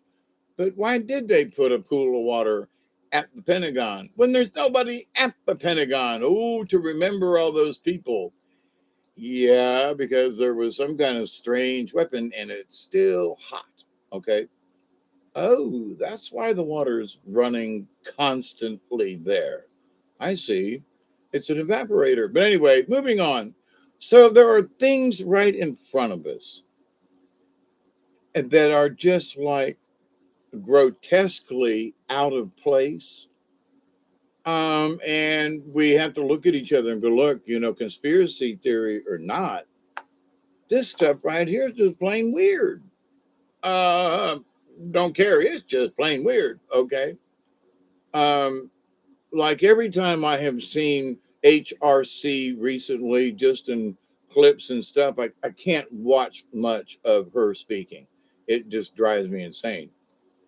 But to see her pictures, and especially when they take a picture like from her you know, her profile is, her profile is here, but the camera angle is coming up at her, and it shows from under her cheeks and how thin her jaw is. And that's what, if you show her from the front or from a side with her head slightly down, she looks like H. Okay. But when her head is up and you can see her cheekbones and the difference, and the different jawline, ain't her. But anyway, nobody's talking about that, and I don't really care. But that's just something that to me is so flippant obvious. It ain't her. That but everybody's believing it and passing it off. And she wrote another book, and yeah, okay, all right. But that's just my 10 cents about that. But lots of stuff going on.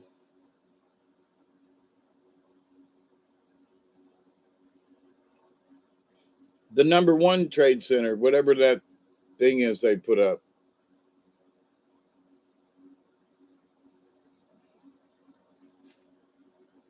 I can't listen to her. It's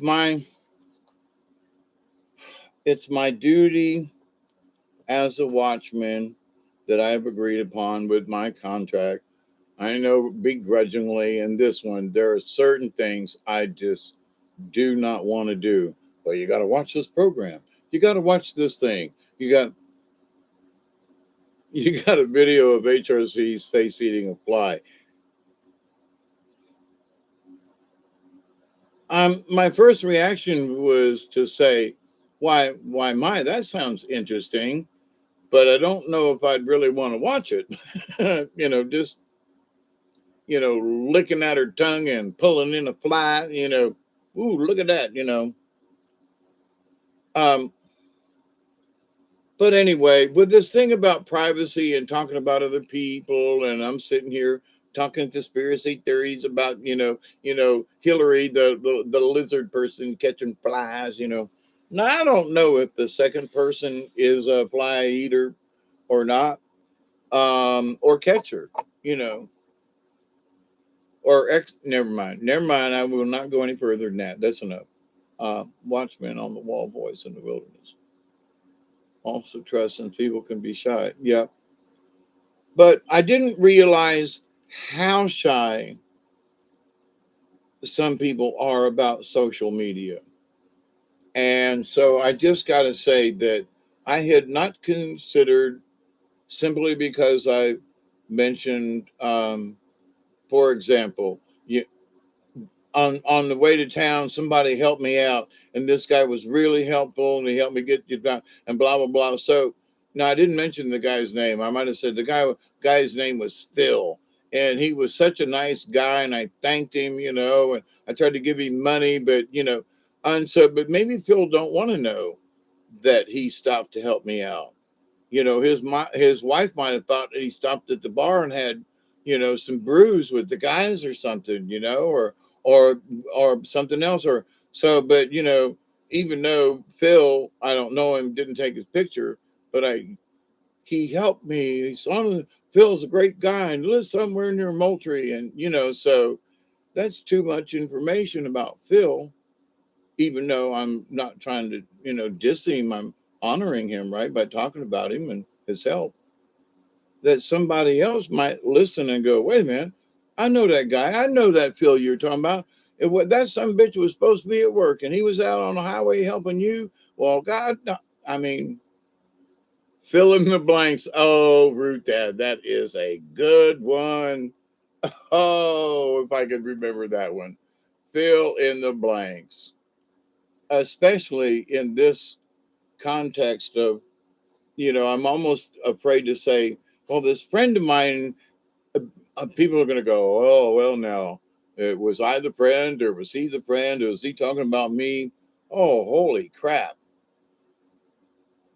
But at the same time, I honestly do understand. I honestly do want to, take care of folks' privacy.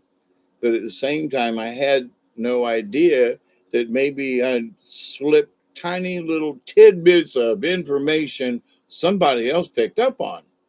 Well, if they picked up on them, whether they were true or not is not the point. They picked up on them. Oh, well, I don't mean I was talking about you, but it does sound like you done it. Yeah, but uh, they came to that conclusion. I wasn't talking about you, but well, it sounds like me. Holy crap. Well, yeah, it does. And I could see where, somebody might say that you were somehow involved or, oh, holy crap, got to be careful. And because I know that there are times when I just like something really pisses me off bad. And I know I'm sarcastic and rude and maybe even brutal at times. And I'm sorry that, my personality has that edge to it, but there are people who I'm emulating their feelings because I've heard them say it to me. You know what I mean? So it ain't just me. There are other people who feel this emphatic about a certain thing.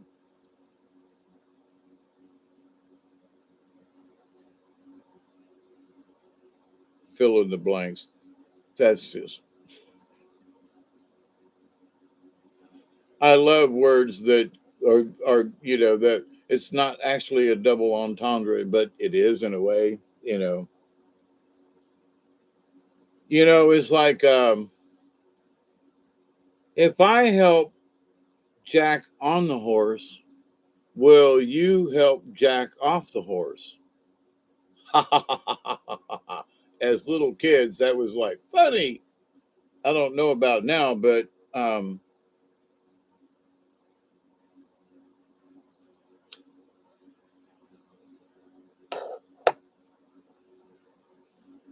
there were stories way back in the day of tapes that came out where German soldiers higher up, uh, that they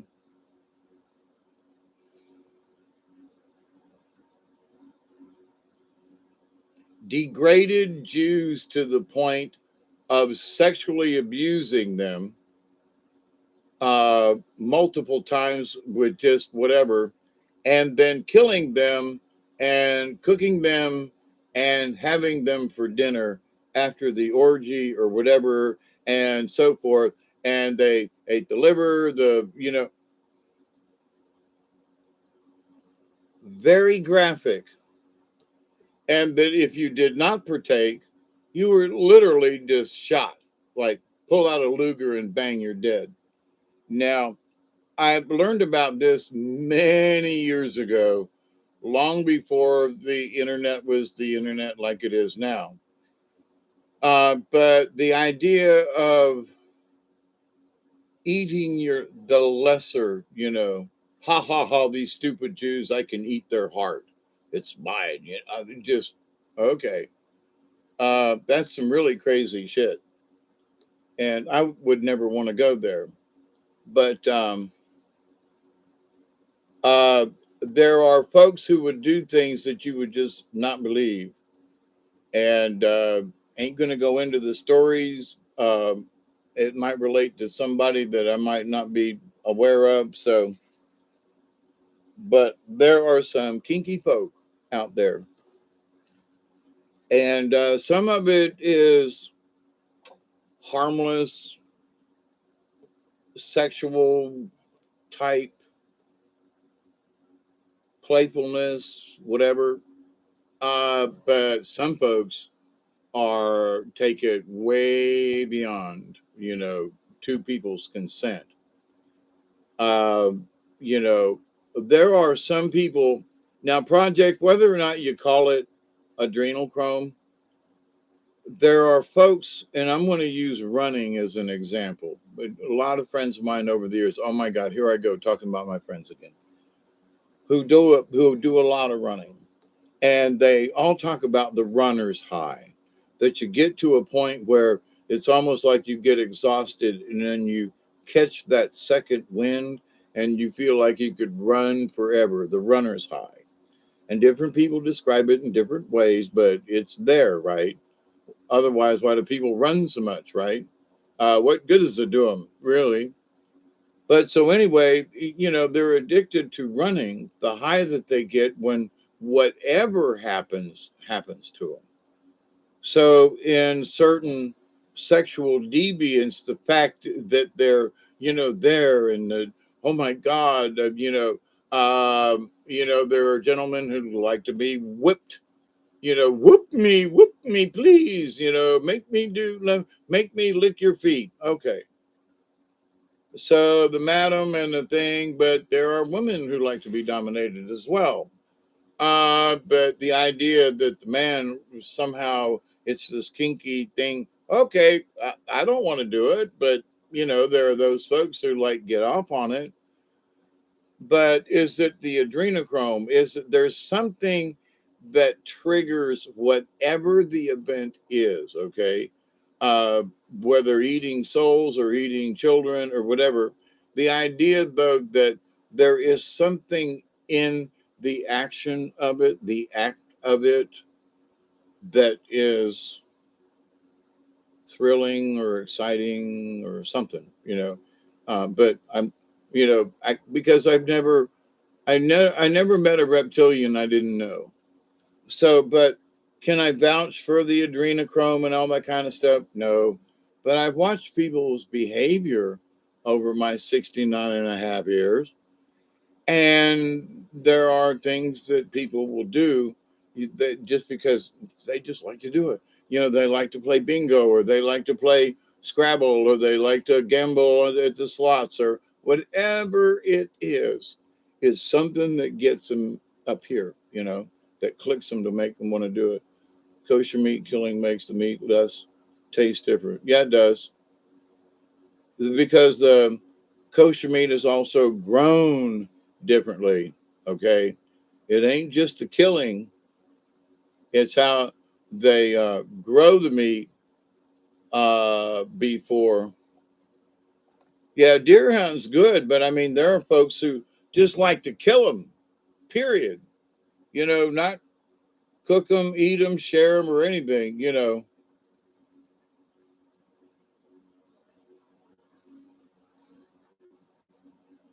I can say my dear friend Sheila, they absolutely respect the animals. And, there are those folks that I have seen over the years who like to slaughter deer just for the hell of it, just for the head. And Sheila, that they like that. And that's a good thing.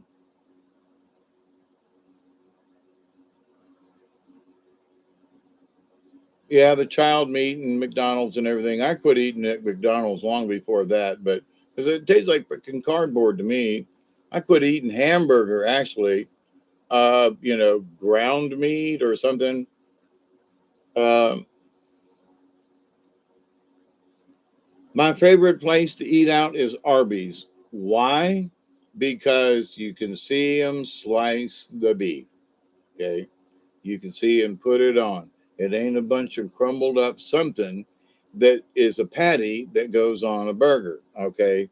So I'm an Arby's person and I love them.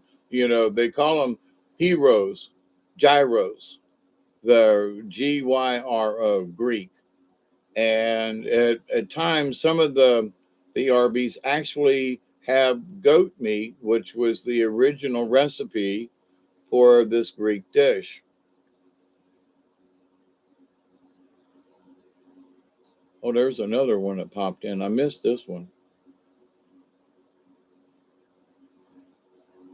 I'll put in my report too.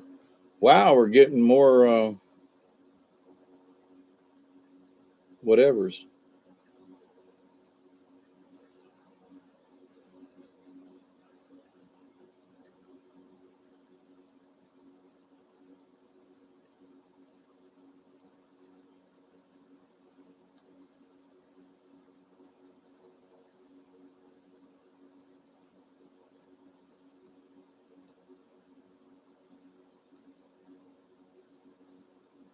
There are some things too. I worked on a hog farm and there was I don't eat a lot of pork now, but they have these local pork ribs that aren't really ribs, it's just the way they're cut, but they got bones in them.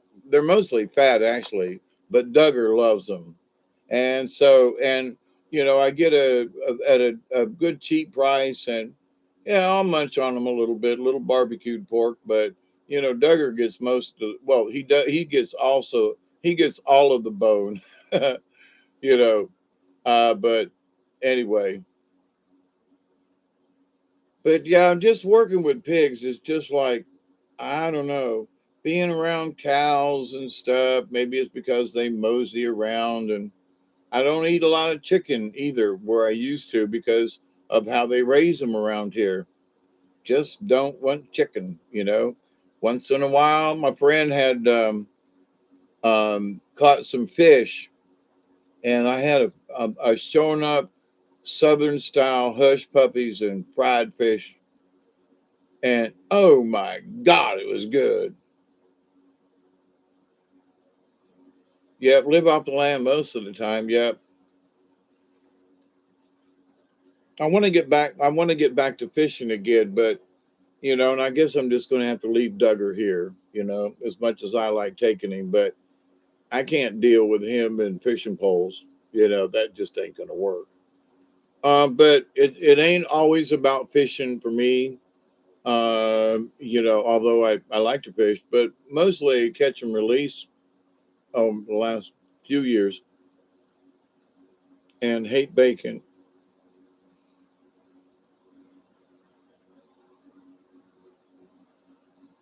Yeah, there's a lot of stuff that happens out there, but kosher meat. I had many Jewish friends, and many of them passed away. Is why I don't have as many Jewish friends as I used to. But anyway, they were like, "No, Dave, kosher. It's not about how they kill it; it's how they raise it.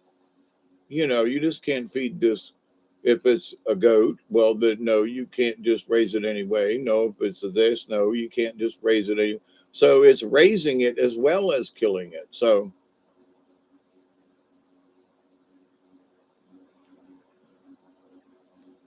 oh, I'm sitting here and getting rid of them too, Susie. By the way, but so the native stories that we have heard over the many times that I have been reading and talking, and the old times. Oh, it's 9:22, everybody. You know what time it is? Good on the creek right now. Caught 25 yesterday. Really?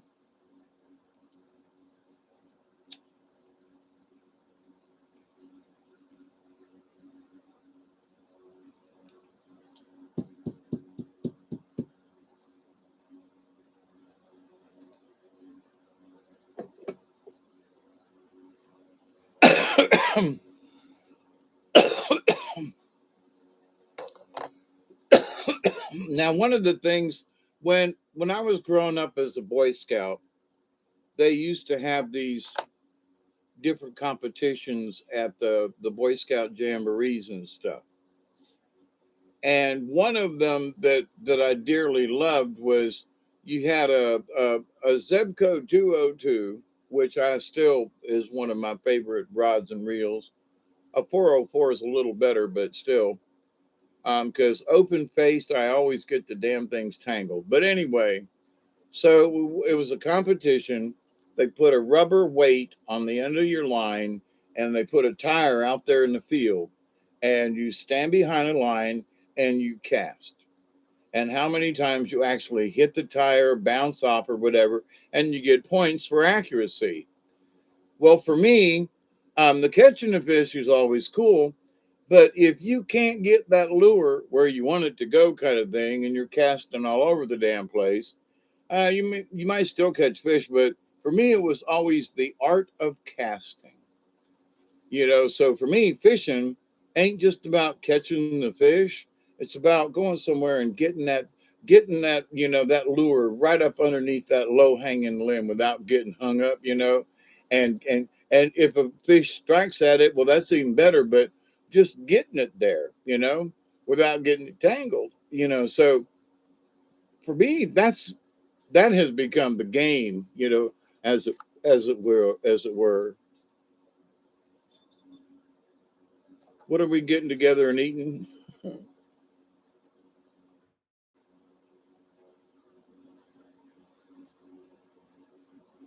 Pouring Pepsi on.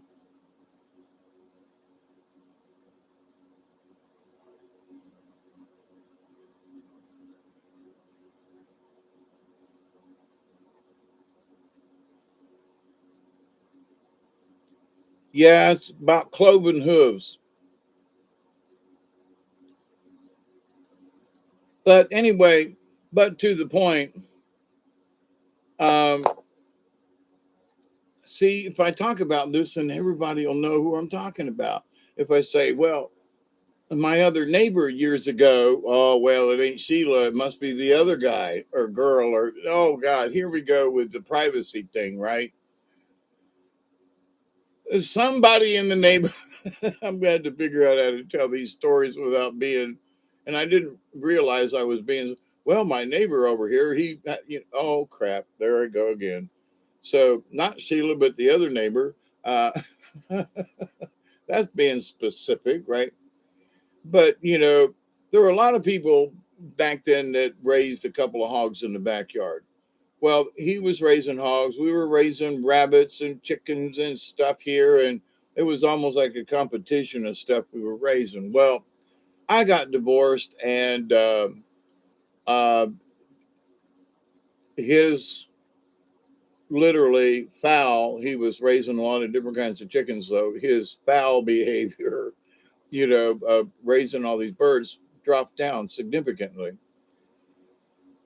Feed went up and different things, and the market went down. But anyway, but his hogs got out. Now I didn't know that they were his hogs, honestly.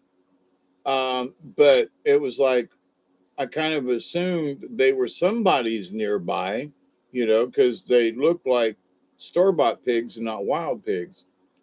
But in less than 2 months, them store-bought looking pigs were completely wild with hair, and you would not know that they had been domesticated pigs 6 weeks or 2 months earlier. And some friends of mine, up from Tampa area, came up hunting one year, and saw the pigs rooting wild back there in the woods, and shot them both. And I gotta say, them wild pigs was good. Oh my, they were really good. And I mean, I'll eat the occasional bit of pork or whatever, but these two PIG hogs, oh my God, they was good, tasty, sweet. Oh my God, just I'll shut up about it now, but it was totally different than buying anything from a store. So confused as you say, man who take fishing rod into pawn shop is angling for a loan. Oh, I love hanging out with you people. I swear to goodness. Angling for a loan. I'm not going there. Just hang about and haunt people. Uh, we knew a woman who raised pigs, huge pig farmer. She died from mysterious brain disease. Yeah. I just couldn't look into their little piggy eyes and send them off to the. I mean, I was watering and feeding and cleaning the slab and all that thing a couple of times a day, once in the morning, once in the evening, I think. But, I just couldn't do it. You know, I just couldn't do it. Well, happy Saturday evening, everybody. Oh, enlightened one. I hope there's food because I still want to be able to eat chocolate. I'm sorry. I hope there's food. I don't want somebody to say, remember when we used to be able to eat chocolate? No freaking way. I want to be able to taste chocolate. I hope that ain't the truth.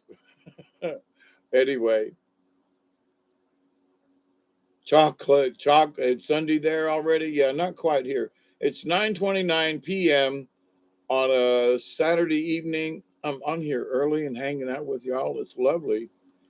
And I do think we should make sure that for those people who are very shy about things, that even in passing comments and things, that we should honestly give a thought, because a lot of us don't think, well, my friend over here and blah, blah, blah. Well, maybe they don't want to be talked about, even in a good way. It's just how they are. I mean, there's, for example, Howard Hughes, the, eccentric billionaire, and, an engineer, and, all that. Okay. But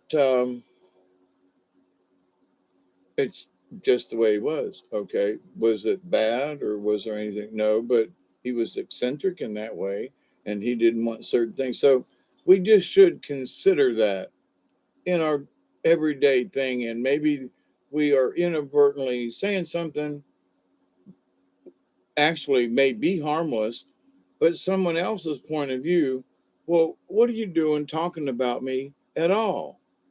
What do you mean you and a friend on the phone were talking about something something, and what business is it of you? Ain't got no right to share what you and me do. And you can and I just honestly had not considered that. So it is worth considering. We should keep our friends, whoever they may be, and respect that maybe when we're chatting, even if it's you know, they helped me fix my car, they stopped on the side of the road, whatever the thing, like Miss Sheila, they brought me, some wonderful dinners and so forth. And, but Miss Sheila's in the chat room, see, so that's the difference. But if somebody isn't a member of the group or the chat or the whatever, and I mention them in passing, do I have the right to? I'll have, I will be more careful. So eat pigs, just never eat a pig's heart as an implant. Don't eat pigs, then, if you wish.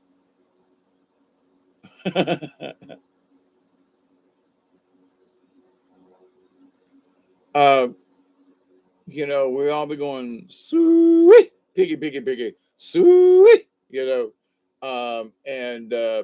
rooting, doing a lot of rooting, Uh, pigs can tear up an area in a heartbeat, boy, with their rooting. Let me tell you, that's why I think it's still true that, wild hogs are an issue in Georgia. And I think wild hogs are open season, I think, almost all year round. Yeah, moral issue too.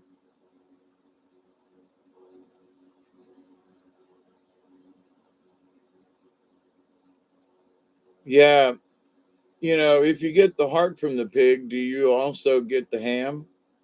You know, hey, let's have some Canadian bacon, from that pig's heart. Hey, little piggy, you're still alive in my heart, and well, I ate some of you too. That was like this.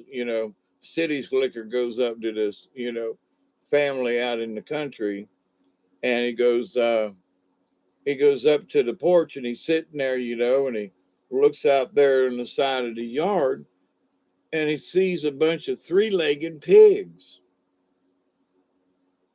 And the city slicker looks at him, and he goes, you know, my God, you got a bunch of three-legged pigs here. What about that? And he goes, well, we if we took both legs, then they wouldn't be able to walk as easy. What? Well, if you take one of the pig's legs, they can still run around. And so we to the point where now one of them pigs has got to give up another leg. And the city slicker was just like, I can't believe this. Well, we didn't want to kill him, we just wanted to eat him. And so there was these three-legged pigs and a couple of two-legged pigs that were hauling themselves around. So it's like, what? So, the city slicker was looking at the farmer like he was the inhumane one. And he goes, well, no, I really like this pig. I didn't want to kill him, but I got to say that ham hock sure was good, you know. But so there is this weird respect, pig headed. Oh man, you folks are great.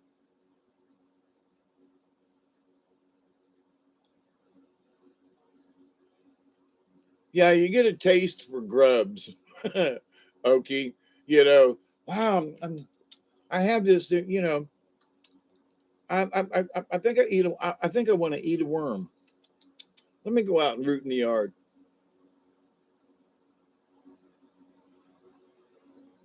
But anyway, um, so I didn't mean to keep y'all. It's 2 hours and 5 minutes that I have been here when I just wanted to bring up a subject, which I did, and I'm sincere about it. So, because I am a quote public figure, I mean no one harm.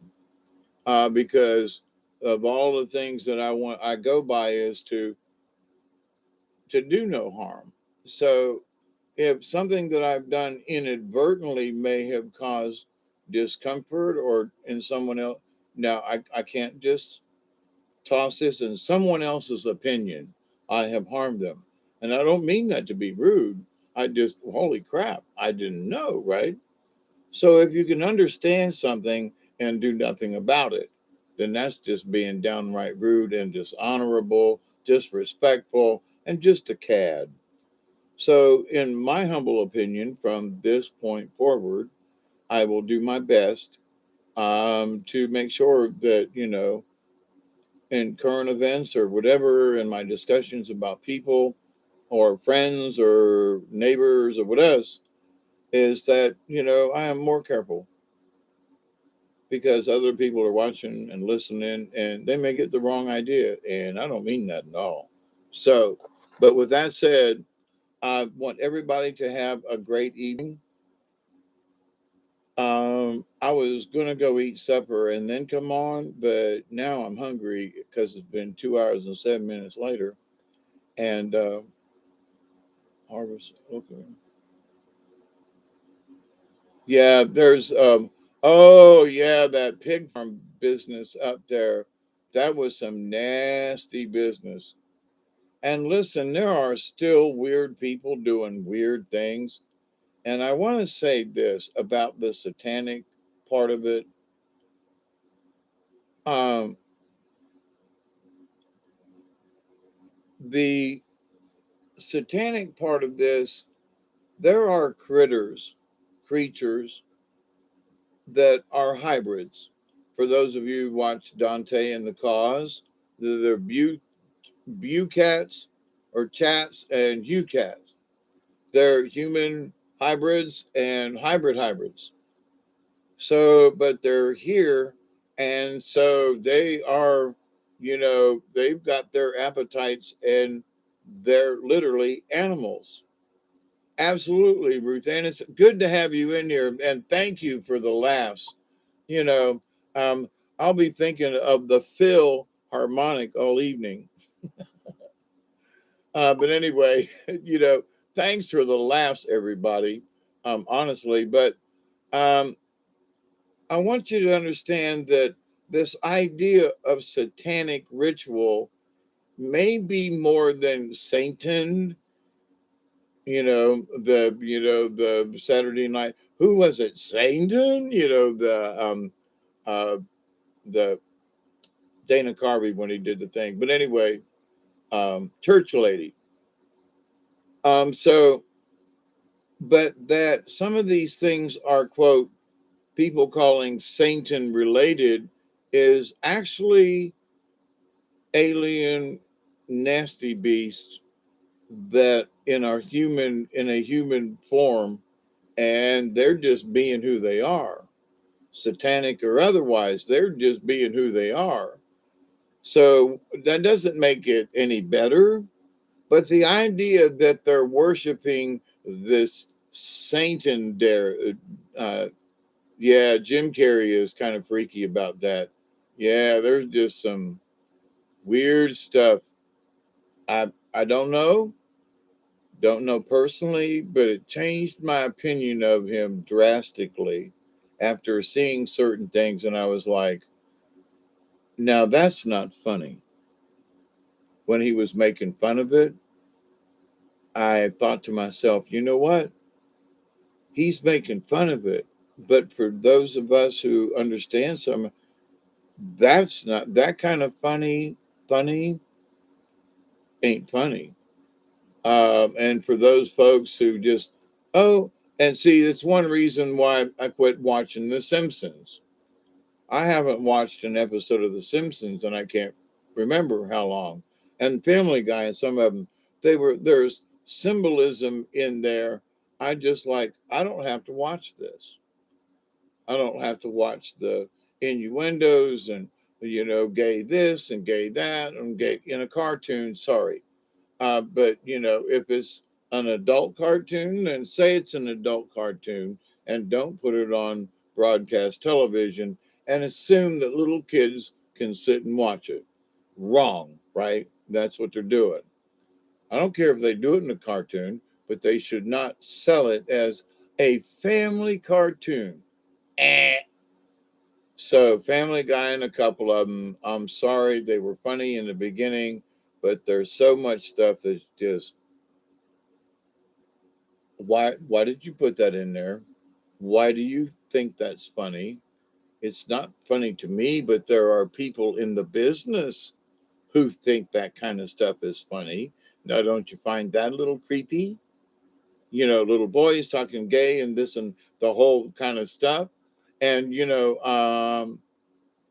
now there can be people who are quote in charge of the satanic whatever, and there are people who aren't hybrids that buy into it. That does happen. Look at all the Catholics.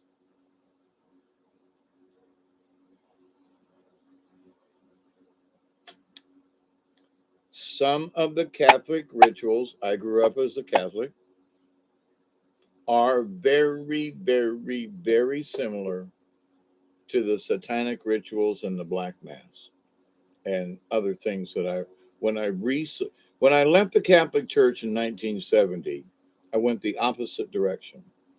Now then, back then in the late 60s, early 70s and so forth, we were all going to the drive-in movie, and there were all kinds of vampire movies, them really cheap-ass vampire movies, and the devil this, and the Satan this, and that. And, but when I got out of Tampa Catholic, whoops, I dropped a name. When I got out of Tampa Catholic, I wanted to know if the devil existed because nobody could prove to me that God did. Okay. So I said, well, if a lot of people seem to think that you can conjure up the devil, well, if I could conjure up a demon, then I'd know that bitch existed, right? I saw one years ago, Ruth Ann, a Freemason Bible, but I can't make any other comment other than I remember seeing it and discussing it. A friend of mine was learning the different degrees. I can't remember which one, but he was very into the Masonic deal, and not just as a Shriner. You know what I mean?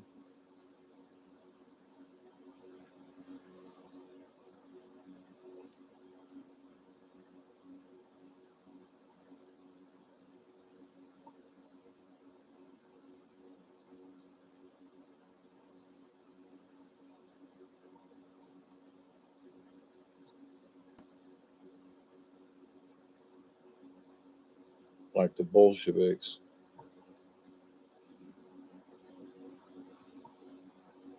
Yes, it is absolutely. Yeah, eyes wide shut. Yep. And the weirdness in Twin Peaks, I think is right. Twin Peaks. That was a very disturbing show, that too. So, but here's the thing, it does go on. There are crazy people, and whether they, hey, Milky Way, I'm doing all right. Hey, listen, it's about time for you to go live, ain't it? I'm going to get off of here and go fix some supper. I've been on here long enough, but yes, there's some crazy stuff out there and crazy people to boot, you know. Yeah. I didn't realize it had gotten so late, but yeah, Milky Way's got a show coming up, and I'm fixing to get off here and go fix some supper. I'm hungry, Jack, and so Ducker. I haven't fed him either.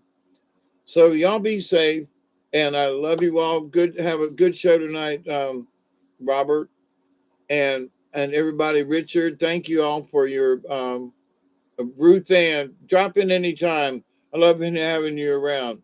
There's been many Roman guys showing it. He's saying it was the Antichrist. Jared Kushner Trump's was the No, it ain't him, enlightened one. No, the Antichrist is the Jesuit that's in charge of the Catholic Church at the moment. A lot of research on my part for a lot of years, and all these other people that they say is the Antichrist, you have to think about Antichrist. Everything that this Pope has done has been against Christ, anti to what Christ would do. The present Pope is the Antichrist. He's driving all the Catholics away from the old Bible. He's drawn all the Catholics away from the old traditional Mass. He is throwing people out, excommunicating people for saying the old Mass, which is like the Greek, what the Greek Orthodox and what Putin believes in. He believes in the Orthodox Church, which is like the original Roman Catholic Church. People want to hear the Latin Mass. They want to, and the Choristas. Yeah, so everybody's looking for this Antichrist someplace else. When, if you study what the Antichrist, antithesis, the opposite of this guy who's the Pope, ain't nowhere near like Christ. Sorry, he is all about Novus Ordo, the New World Order. Novus Ordo this, Novus Ordo that. And sorry, Jesus wasn't about that. He is the Antichrist. So, you know, everybody's got their own opinion, but I will stick with this one because for every day that goes by, I'm even more convinced that he is the Antichrist because of some of the crazy stuff that he does. And because of the Vatican and the stuff in and around the Vatican, there's a lot of stuff that's in Revelations that I studied years ago about the mountains and the this and the that and the stuff. And there's a bunch of stuff there. But anyway, aside from the symbolism and one of the major Catholic churches where the village, like the snakehead, there's a picture of people burning in hell in the background. Yes, absolutely, Wings. It's creepy. It's creepy. It's wrong. You hear me? it, when I saw some of that stuff, I was like, no, I'm sorry. But now, if you was to go back into the 1400s and I think it was 1400s, Hieronymus Bosch, the painter. If you've never looked at Hieronymus Bosch, you should look at some of his stuff because he sent me tripping before I knew what tripping was back in the day. Hieronymus Bosch, 14 something to whatever, 15, I think.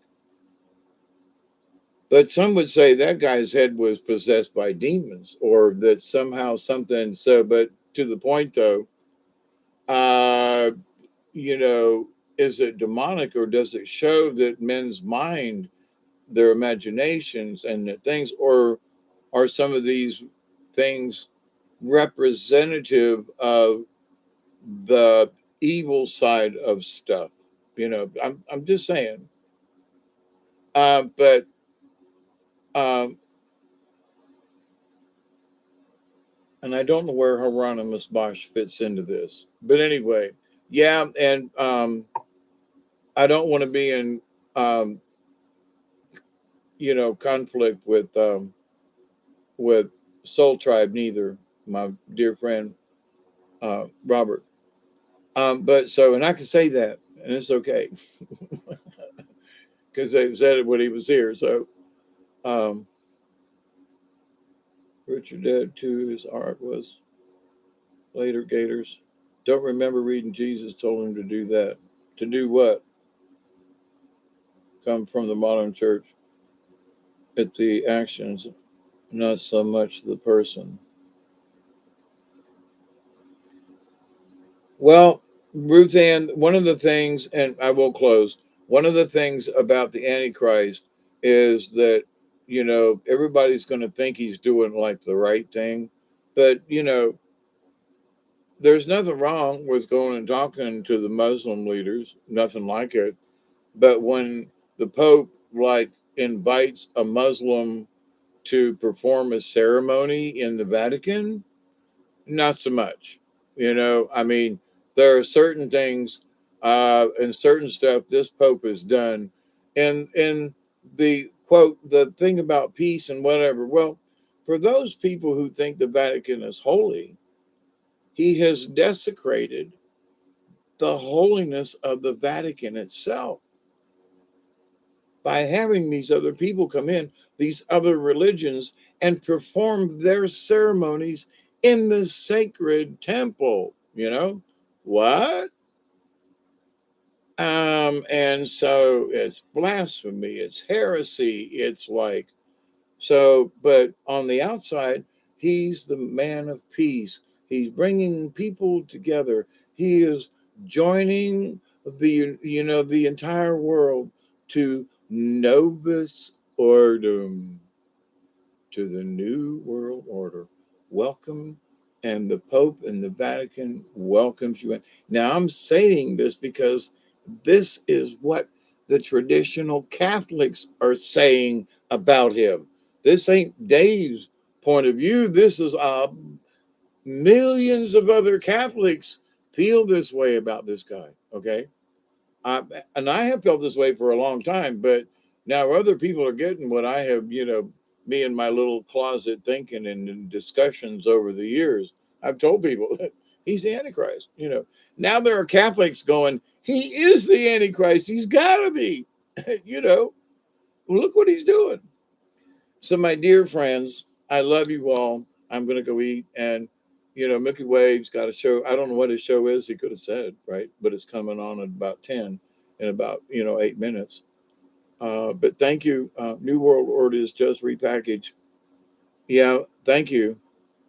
But it is their agenda. We would agree on that. Um, yes, there's a lot of information that could be very well to that, what you just said, Ruth Ann, about the Muslim faith was created by the Christian church. And there I have heard different Muslims and different people speak about that, you know, um, some of them believe that Christ was a holy prophet, but that Muhammad was the dude. He came after Christ and he brought the rest of the truth. So, it's not that they, from what I understand now, I'm not a perfect in this, but, they were like, no, we would say that, that Jesus was not necessarily the Son of God, but that all of us are the Son of God, and that we are chosen by Allah or God or whatever, so, but that, Allah uh, is the dude. Okay. But to the point though, um, whereas Christians would never agree that the Muslims had anything to do with each other. You know what I mean? So that's interesting. Um, yeah, the Roman temple isn't holy. So yeah, Muhammad was Jesus' story, different names. Yeah, but I heard many years ago, and I can't. I mean, like 2008, nine, somewhere in there, that that there was a tie to the Muslim quote religion stemming somehow from the Catholic. Well, at the time it was the Christian church, but Catholic, okay. But that from that, um, it's the same cabal folks, the Masonic dudes, or whoever you want, them folks who've been playing the long game. You hear me? Had to have this religion for these people and this religion for these people, and there has to be race and religious wars. Guess what? Because they wrote it in the flippin' Bible. Okay, so they have to see their game plan come out. Here's the thing: I don't worship anything. Period. If you're into worshiping, I would ask you very kindly to come back a little bit and rethink that worship thing. To honor, respect, pray, uh, worship. What? Worship. Hang on. Can I just be very honorable and respectful and all that? You want me to worship you? I have never liked it. I still don't. So, and that's one of the things I found about the native traditions and religions. There is no worship. It's all about honor and respect. Ain't no worship. I love you. It's time for um, Robert's show. Uh, I continue to pray that each and every day, that each and every one of you will continue to learn how to accept and receive the knowledge, the healing, the wisdom, and the many blessings from the universe. Me and Duggar go outside every day, and now we got new places to run around and explore together. So um, we will continue to pray each and every day that each and every one of you, your friends, your family, all of your relatives, and all of your relations will continue to learn to accept and receive the knowledge, the healing, the wisdom, and the many blessings from the universe. And in that law of three, which is so cool to me, I continue to pray that each and every one of you will continue to learn to accept and receive the knowledge, the healing, the wisdom, and the many, many, many, many blessings from the universe. Well, remember, we're all in this together, y'all. So have a great rest of the evening. Go hang out with Robert if you can, and I will see you soon. Tuesday with shows on Milky Way Soul Tribe and more stories. Thank you, Richard and Ruth Ann. It was really nice having you around. It keeps us divided. You're absolutely right. Susie Q, as always. Ed, oh, you got your book? Good, Ed. We'll talk soon. I'm hungry, but I want to get off here. So Robert's got his show. See y'all. Peace out and cheers, everybody. Okay. Till next time. Adios, my dear friends. We